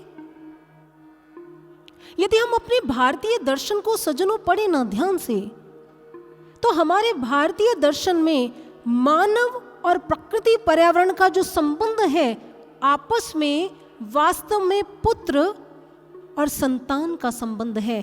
माता पिता और संतान के प्रेम का संबंध बताया गया है हमारे शास्त्रों में। ऐसे तो हमारी सृष्टि में, हमारी संस्कृति में, हमारे संस्कारों में प्रकृति को मां कहकर संबोधित नहीं किया गया। ऐसे ही प्रभु श्री राम जल को देव बनाकर पूजा नहीं कर रहे हैं, ऐसे ही वो गंगा को मैया कहकर संबोधित नहीं करते हैं, बल्कि वो बताना चाहते हैं कि हमारा जीवन पर्यावरण के साथ कितनी तारतम्य बिठाकर रखता है, कितना जरूरी है, वो हमारा ध्यान इस दिशा की ओर केंद्रित करना चाहते हैं। सज्जनों याद रहे, पर्यावरण से हम हैं, हमसे पर्यावरण नहीं है। हम ये बात भूल जाते हैं। यही कारण है कि हमारी भारतीय संस्कृति में प्राकृतिक संसाधनों को देवतुल्य मानकर इसलिए उपासना की गई है ताकि हमें सजग किया जा सके। प्रकृति को, पर्यावरण को धर्म के साथ, भाव के साथ जोड़ दिया गया ताकि एक इंसान और ज्यादा रिस्पॉन्सिबल बन सके। एक इंसान और ज्यादा इसकी कीमत को समझ सके, क्योंकि पर्यावरण वास्तव में हमारा घर है। हम पर्यावरण से अलग नहीं है कि अगर पर्यावरण में कुछ हो रहा है तो उसका प्रभाव हम पर नहीं पड़ेगा, ऐसा नहीं है। और बिना प्रकृति के, बिना पर्यावरण के, मिट्टी, खाद, पानी, इनके हम अपने अस्तित्व की कल्पना भी नहीं कर सकते हैं सज्जनों। लेकिन विडंबना यह है कि आज हमारा पर्यावरण इतना प्रदूषित हो चुका है, आज हवा इतनी दूषित हो चुकी है कि सांस लेने के लिए भी हम मुश्किल में आ चुके हैं। क्यों? कारण क्या है? हम इतने दिन प्रतिदिन इतने वृक्षों को काट रहे हैं सज्जनों। कितनी विडंबना की बात है, प्रकृति ने हमें बिना किसी मूल्य के, बहुत साधारण से, सहज में इतनी कुछ अनमोल निधियां दे दी, लेकिन हम उसका सदुपयोग करने की बजाय हम प्रकृति का ही शोषण और प्रकृति का ही दोहन करना हमने शुरू कर दिया। जो पेड़ निस्वार्थ भाव से हमें ऑक्सीजन देते हैं, हमने दिन प्रतिदिन उन्हें काटना शुरू कर दिया सज्जनों। लेकिन यदि वही ट्री, वही पेड़ आज समाज को ऑक्सीजन के स्थान पर वाईफाई दे रहा होता, तो मुझे विश्वास है हर व्यक्ति, हर बच्चा घर घर में ट्री प्लांटिंग कर रहा होता सज्जनों। हर व्यक्ति, क्योंकि आज हमारी दृष्टि में ऑक्सीजन से ज्यादा, पेड़ों से ज्यादा वाईफाई की कीमत है। आज हमारे घर में, हमारे गांव में, हमारे शहर में वाईफाई का टावर चाहिए, लेकिन पेड़ भले लगे ना लगे सज्जनों, वाईफाई चाहिए तो चाहिए, लेकिन वो पेड़ों की जगह नहीं ले सकता है, ये याद रखिएगा। हम जिस हिसाब से प्रकृति का दोहन कर रहे हैं, एक दिन ऐसा समय आएगा कि समस्त पेड़ कट जाएंगे, धरती पर कोई पेड़ दिखाई नहीं देगा। ऑक्सीजन के लिए तरस जाएंगे, शुद्ध वायु के लिए तरस जाएंगे, शुद्ध जल के लिए तरस जाएंगे। उस समय क्या करेंगे? जीवन के अस्तित्व को आधार कैसे देंगे? क्या पैसा खाकर हम गुजारा करेंगे? ये जो हमारा जीवन है ना, रोटी, कपड़े और मकान के इर्द गिर्द घूम रहा है। कभी सोचा आपने? रोटी भी मिल गई, कपड़ा भी मिल गया, मकान भी मिल गया, यदि शुद्ध हवा नहीं मिली, शुद्ध भोजन नहीं मिला, शुद्ध जल नहीं मिला, तो इस रोटी, कपड़े, मकान का क्या करेंगे सज्जनों? हमें सजग होना पड़ेगा, प्रभु श्री राम जी के जीवन चरित्र से सीखना पड़ेगा। आज जल की जो समस्या हमारे दस्तक दी हुई है ना, यदि ऐसे चलता रहा, एक एक बूंद के लिए तरसेंगे। लोग कहते हम क्या करें? गुरुदेव श्री आशुतोष महाराज जी कहते छोटे छोटे प्रयास जब इंसान करता है, बूंद बूंद से सागर बनता है। हमारी अपनी रिस्पॉन्सिबिलिटी है, हम जल को सुरक्षित रखें, उस जल को सुरक्षित रखें जिसे धरती पर गंगा मैया के रूप में उतारने के लिए भगीरथ ने तप किया था। कोई तो कीमत होगी इस जल की। जिस समुद्र के आगे भगवान श्री राम जी ने 3 दिन तक तप किया, कोई तो कीमत है। इस जल की कीमत उनसे पूछिए जो मटका भरकर लेकर आते हैं और उससे एक एक बूंद से काम चलाते हैं सज्जनों। हमारी रिस्पॉन्सिबिलिटी है ये। खाते समय, भोजन बनाते समय, गाड़ी साफ करते समय, ब्रश करते समय, छोटी छोटी एक्टिविटीज हैं। हमें रोजमर्रा की जिंदगी में अपनी शैली को बदलना पड़ेगा, अपने लाइफस्टाइल को बदलना पड़ेगा। और यदि लाइफस्टाइल नहीं बदला तो स्थिति बद से बदतर हो जाएगी सज्जनों, स्थिति बद से बदतर हो जाएगी। और केवल विचार कर कर बैठे रहने से कुछ नहीं होगा, केवल दुख प्रकट कर लेने से प्रकृति की समस्याओं का समाधान नहीं होगा। उसके लिए हमें प्रयास करने पड़ेंगे और हमारे छोटे छोटे किए गए प्रयास ही प्रकृति और पर्यावरण और संस्कृति की रक्षा में अपना योगदान देंगे सज्जनों। आपका योगदान मांग रही है ये प्रकृति, जो बिना किसी मूल्य के आपको सब कुछ देती है। इसलिए दिव्य ज्योति जागृति संस्थान की ओर से हमारा एक प्रकल्प है, पर्यावरण संरक्षण, जिसके तहत गुरुदेव की कृपा से केवल विचार नहीं दिए जाते। महर्षि कहते हैं प्रकृति से कनेक्ट होने के लिए जो कण कण में वो चेतना, वो शक्ति विद्यमान है, जब वो प्रकट हो जाएगी आपके भीतर में, तो आप हर कण में उस चेतन तत्व को देखेंगे। फिर आप प्रकृति का निरादर कर ही नहीं सकते हैं, फिर आप उन्हें देवतुल्य समझकर ही उपासना करेंगे। इसीलिए सजग होने की जरूरत है, जागने की जरूरत है, अब सोने की नहीं, क्योंकि अधिक और सोना संस्कृति और प्रकृति को नष्ट कर देगा।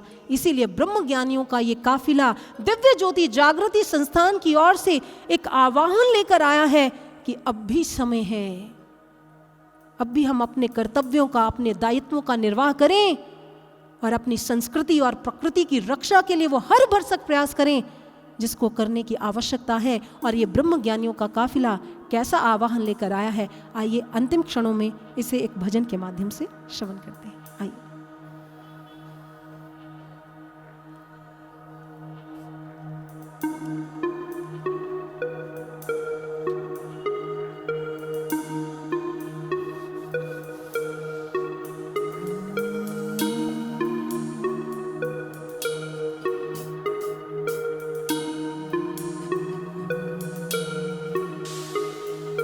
चल रहा प्रलय का दौर, विनाश दिख रहा चहूं ओर। क्यों ना सुने, क्यों ना सुने, क्यों ना सुने।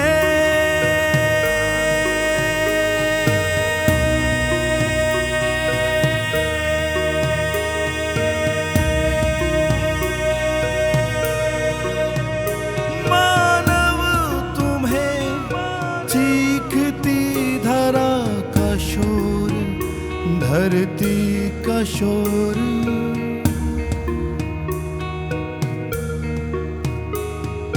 दस्तक देती विपत्तियां घनघोर घनघोर। क्यों ना सुने मानव तुम्हें चीखती धरा का शोर। ओ बंदे यारे, ओ बंदे यारे, सुधर जा संभल जाओ बंदे यारे। ओ बंदे यारे, ओ बंदे यारे, सुधर जा संभल जाओ बंदे यारे। ओ बंदे यारे, ओ बंदे यारे, सुधर जा संभल जाओ बंदे यारे। ओ बंदे यारे, ओ बंदे यारे,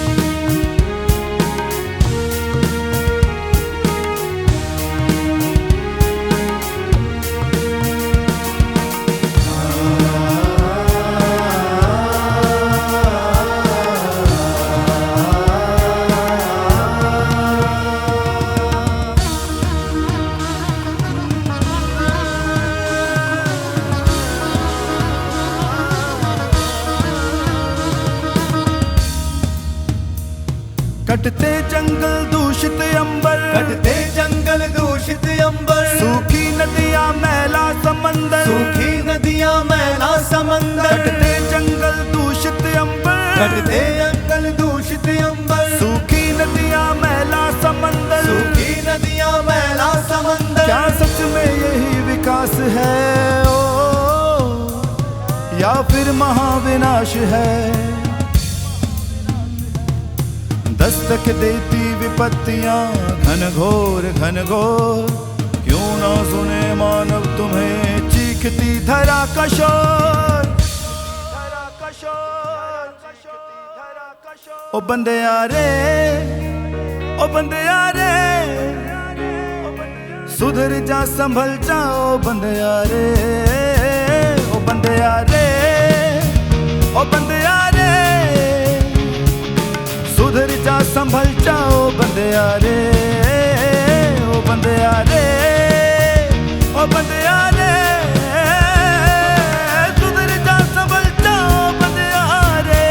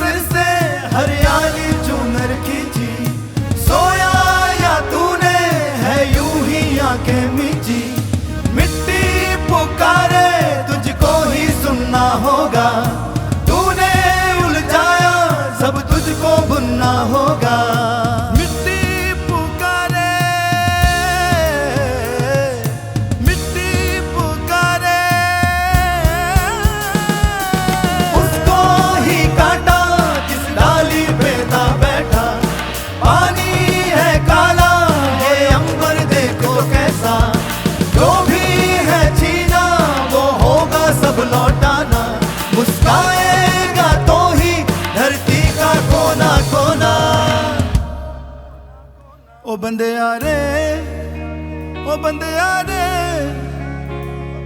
सुधर जा संभल जाओ बंदे यारे, ओ बंदे यारे, ओ बंदे यारे, सुधर जा संभल जाओ बंदे यारे, ओ बंदे यारे, ओ बंदे यारे, सुधर जा संभल जाओ बंदे यारे, ओ बंदे यारे, ओ बंदे यारे, सुधर जा संभल जाओ बंदे यारे।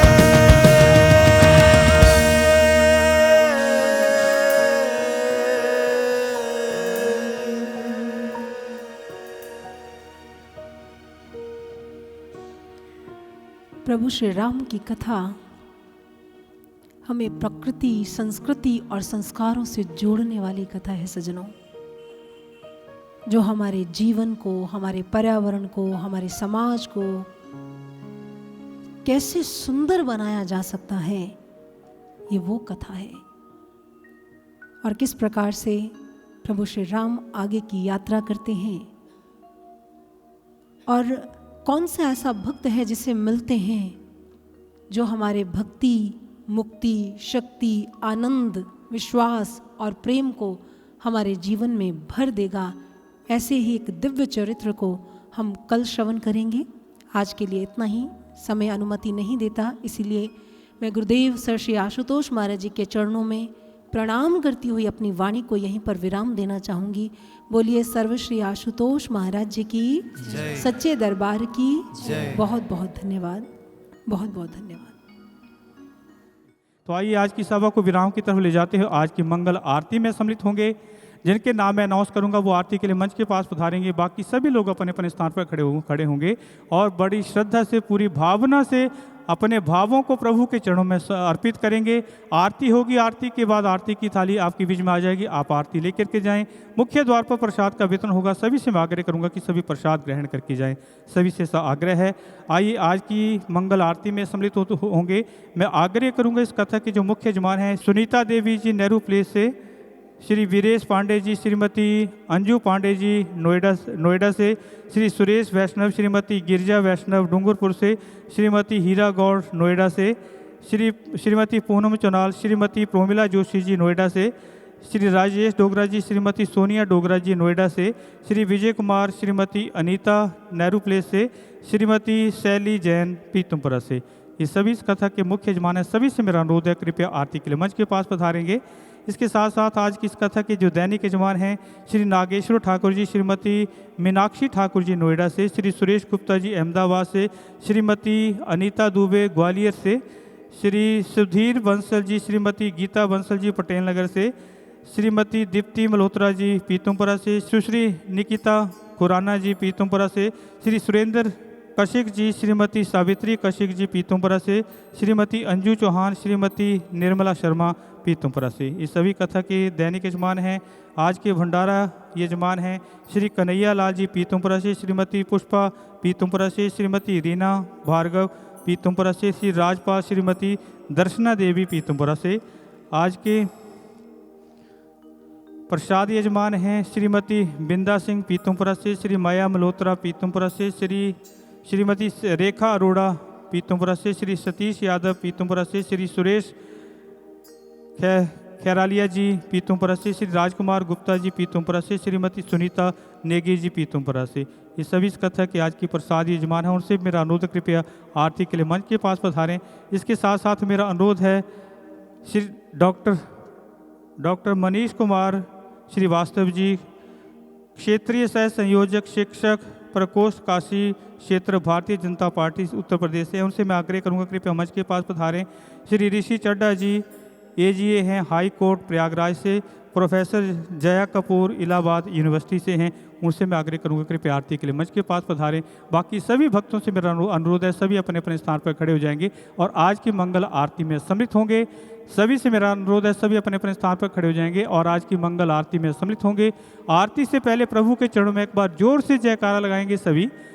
बोले सियावर रामचंद्र महाराज की जय। उमापति महादेव की जय। वृंदावन बिहारी लाल की जय। पवन सुत हनुमान की जय। दुर्गा मैया की जय। गंगा मैया की जय। तीर्थराज प्रयाग की जय। सर्व श्री आशुतोष महाराज की जय। सच्चे दरबार की जय। जय श्री राम, जय श्री राम, जय श्री राम, जय श्री राम, जय जय श्री राम। जय जय श्री राम। आइए आज की मंगल आरती में सम्मिलित होते हैं। मैं आग्रह करूंगा संत समाज से कि आज की मंगल आरती का गायन आरंभ करें।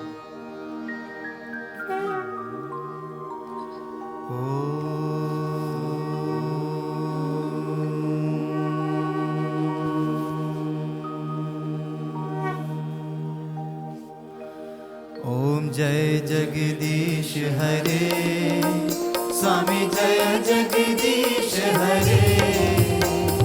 भक्त जनों के संकट, दास जनों के संकट क्षण में दूर करे। हरि ओम जय जगदीश हरे। जो ध्यावे फल पावे, दुख बिन से मन का, स्वामी दुख बिन से मन का। सुख संपत्ति घर आवे, सुख संपत्ति घर आवे, कष्ट मिटे तन का। हरि ओम जय जगदीश हरे। मात पिता तुम मेरे, शरण गहूँ मैं किसकी, स्वामी शरण गहूँ मैं किसकी। तुम बिन और न दूजा, प्रभु बिन और न दूजा, आस करूं मैं जिसकी। हरि ओम जय जगदीश हरे। तुम पूर्ण परमात्मा, तुम अंतर्यामी, स्वामी तुम अंतर्यामी। पार ब्रह्म परमेश्वर, पार ब्रह्म परमेश्वर, तुम सबके स्वामी। हरि ओम जय जगदीश हरे। तुम करुणा के सागर, तुम पालन करता, स्वामी तुम पालन करता। मैं मूर्ख खल कामी, मैं सेवक तुम स्वामी, कृपा करो भरता। हरि ओम जय जगदीश हरे। तुम हो एक अगोचर, सबके प्राणपति, स्वामी सबके प्राणपति। किस विधि मिलो दया मैं, किस विधि मिलो दया मैं, तुमको मैं कुमति। हरि ओम जय जगदीश हरे। दीन बंधु दुख हरता, ठाकुर तुम मेरे, स्वामी रक्षक तुम मेरे। अपने हाथ उठाओ, अपनी शरण लगाओ, द्वार पड़ा मैं तेरे।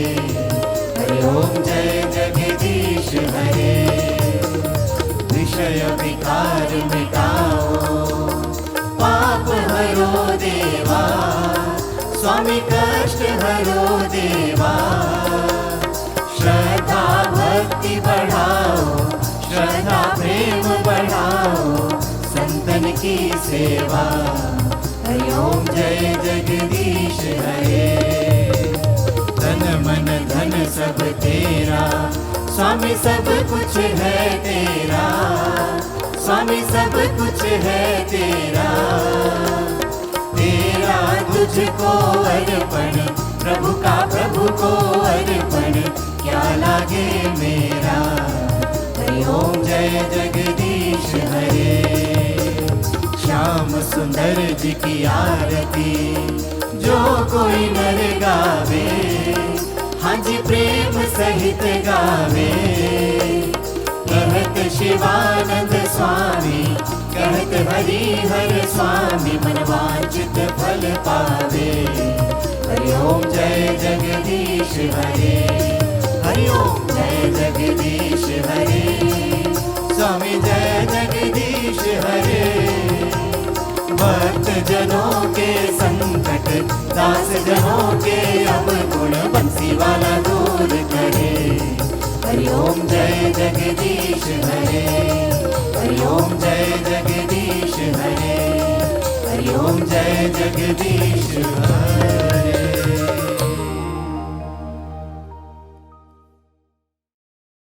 मेरा मनवा कैसे एक होए रे, तेरा मेरा मनवा कैसे एक होए रे, तेरा मेरा मनवा कैसे एक होए रे, तेरा मेरा मनवा कैसे एक होए रे, कैसे एक होई रे, कैसे एक होई रे, कैसे एक होई रे, कैसे एक होई रे, कैसे एक होई रे, कैसे एक होई रे, कैसे एक होई रे, कैसे एक होई रे, कैसे एक होई रे। तेरा मेरा मनवा कैसे एक होई रे, तेरा मेरा मनवा कैसे एक होई रे, तेरा मेरा मनवा कैसे एक होई रे, तेरा मेरा मनवा कैसे एक होई रे।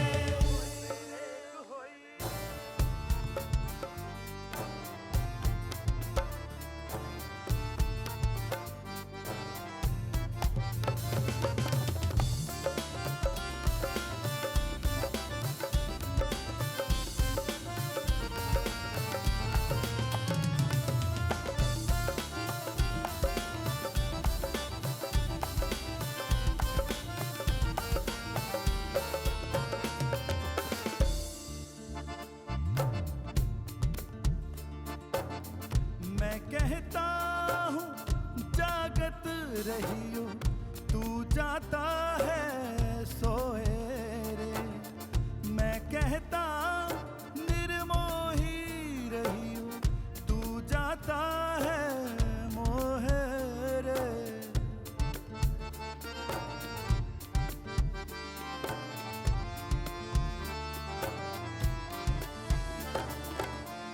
मैं कहता हूँ जागत रहियो, तू जाता है सोए रे। मैं कहता निर्मोही रहियो, तू जाता है मोए रे। जुगत जुगत समझावन हारा, जुगत जुगत समझावन हारा, कहना माने कोए रे।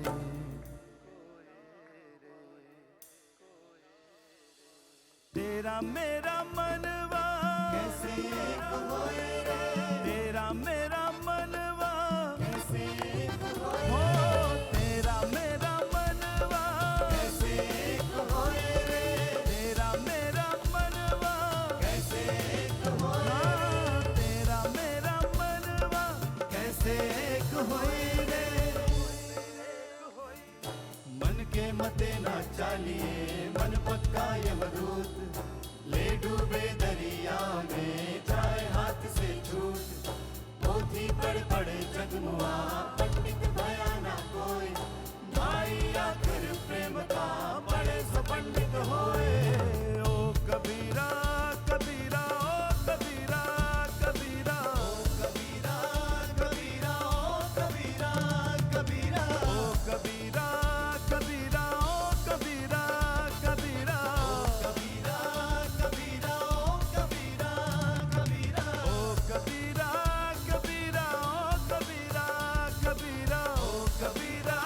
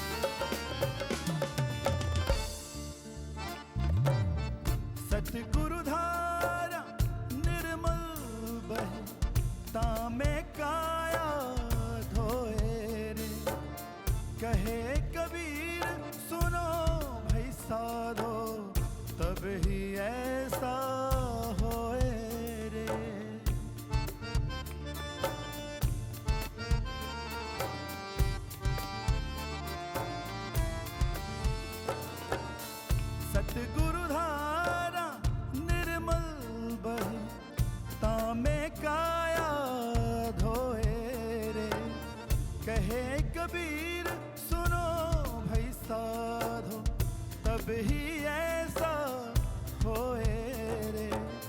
कहे कबीर सुनो भाई साधो, कहे कबीर सुनो भाई साधो, तब ही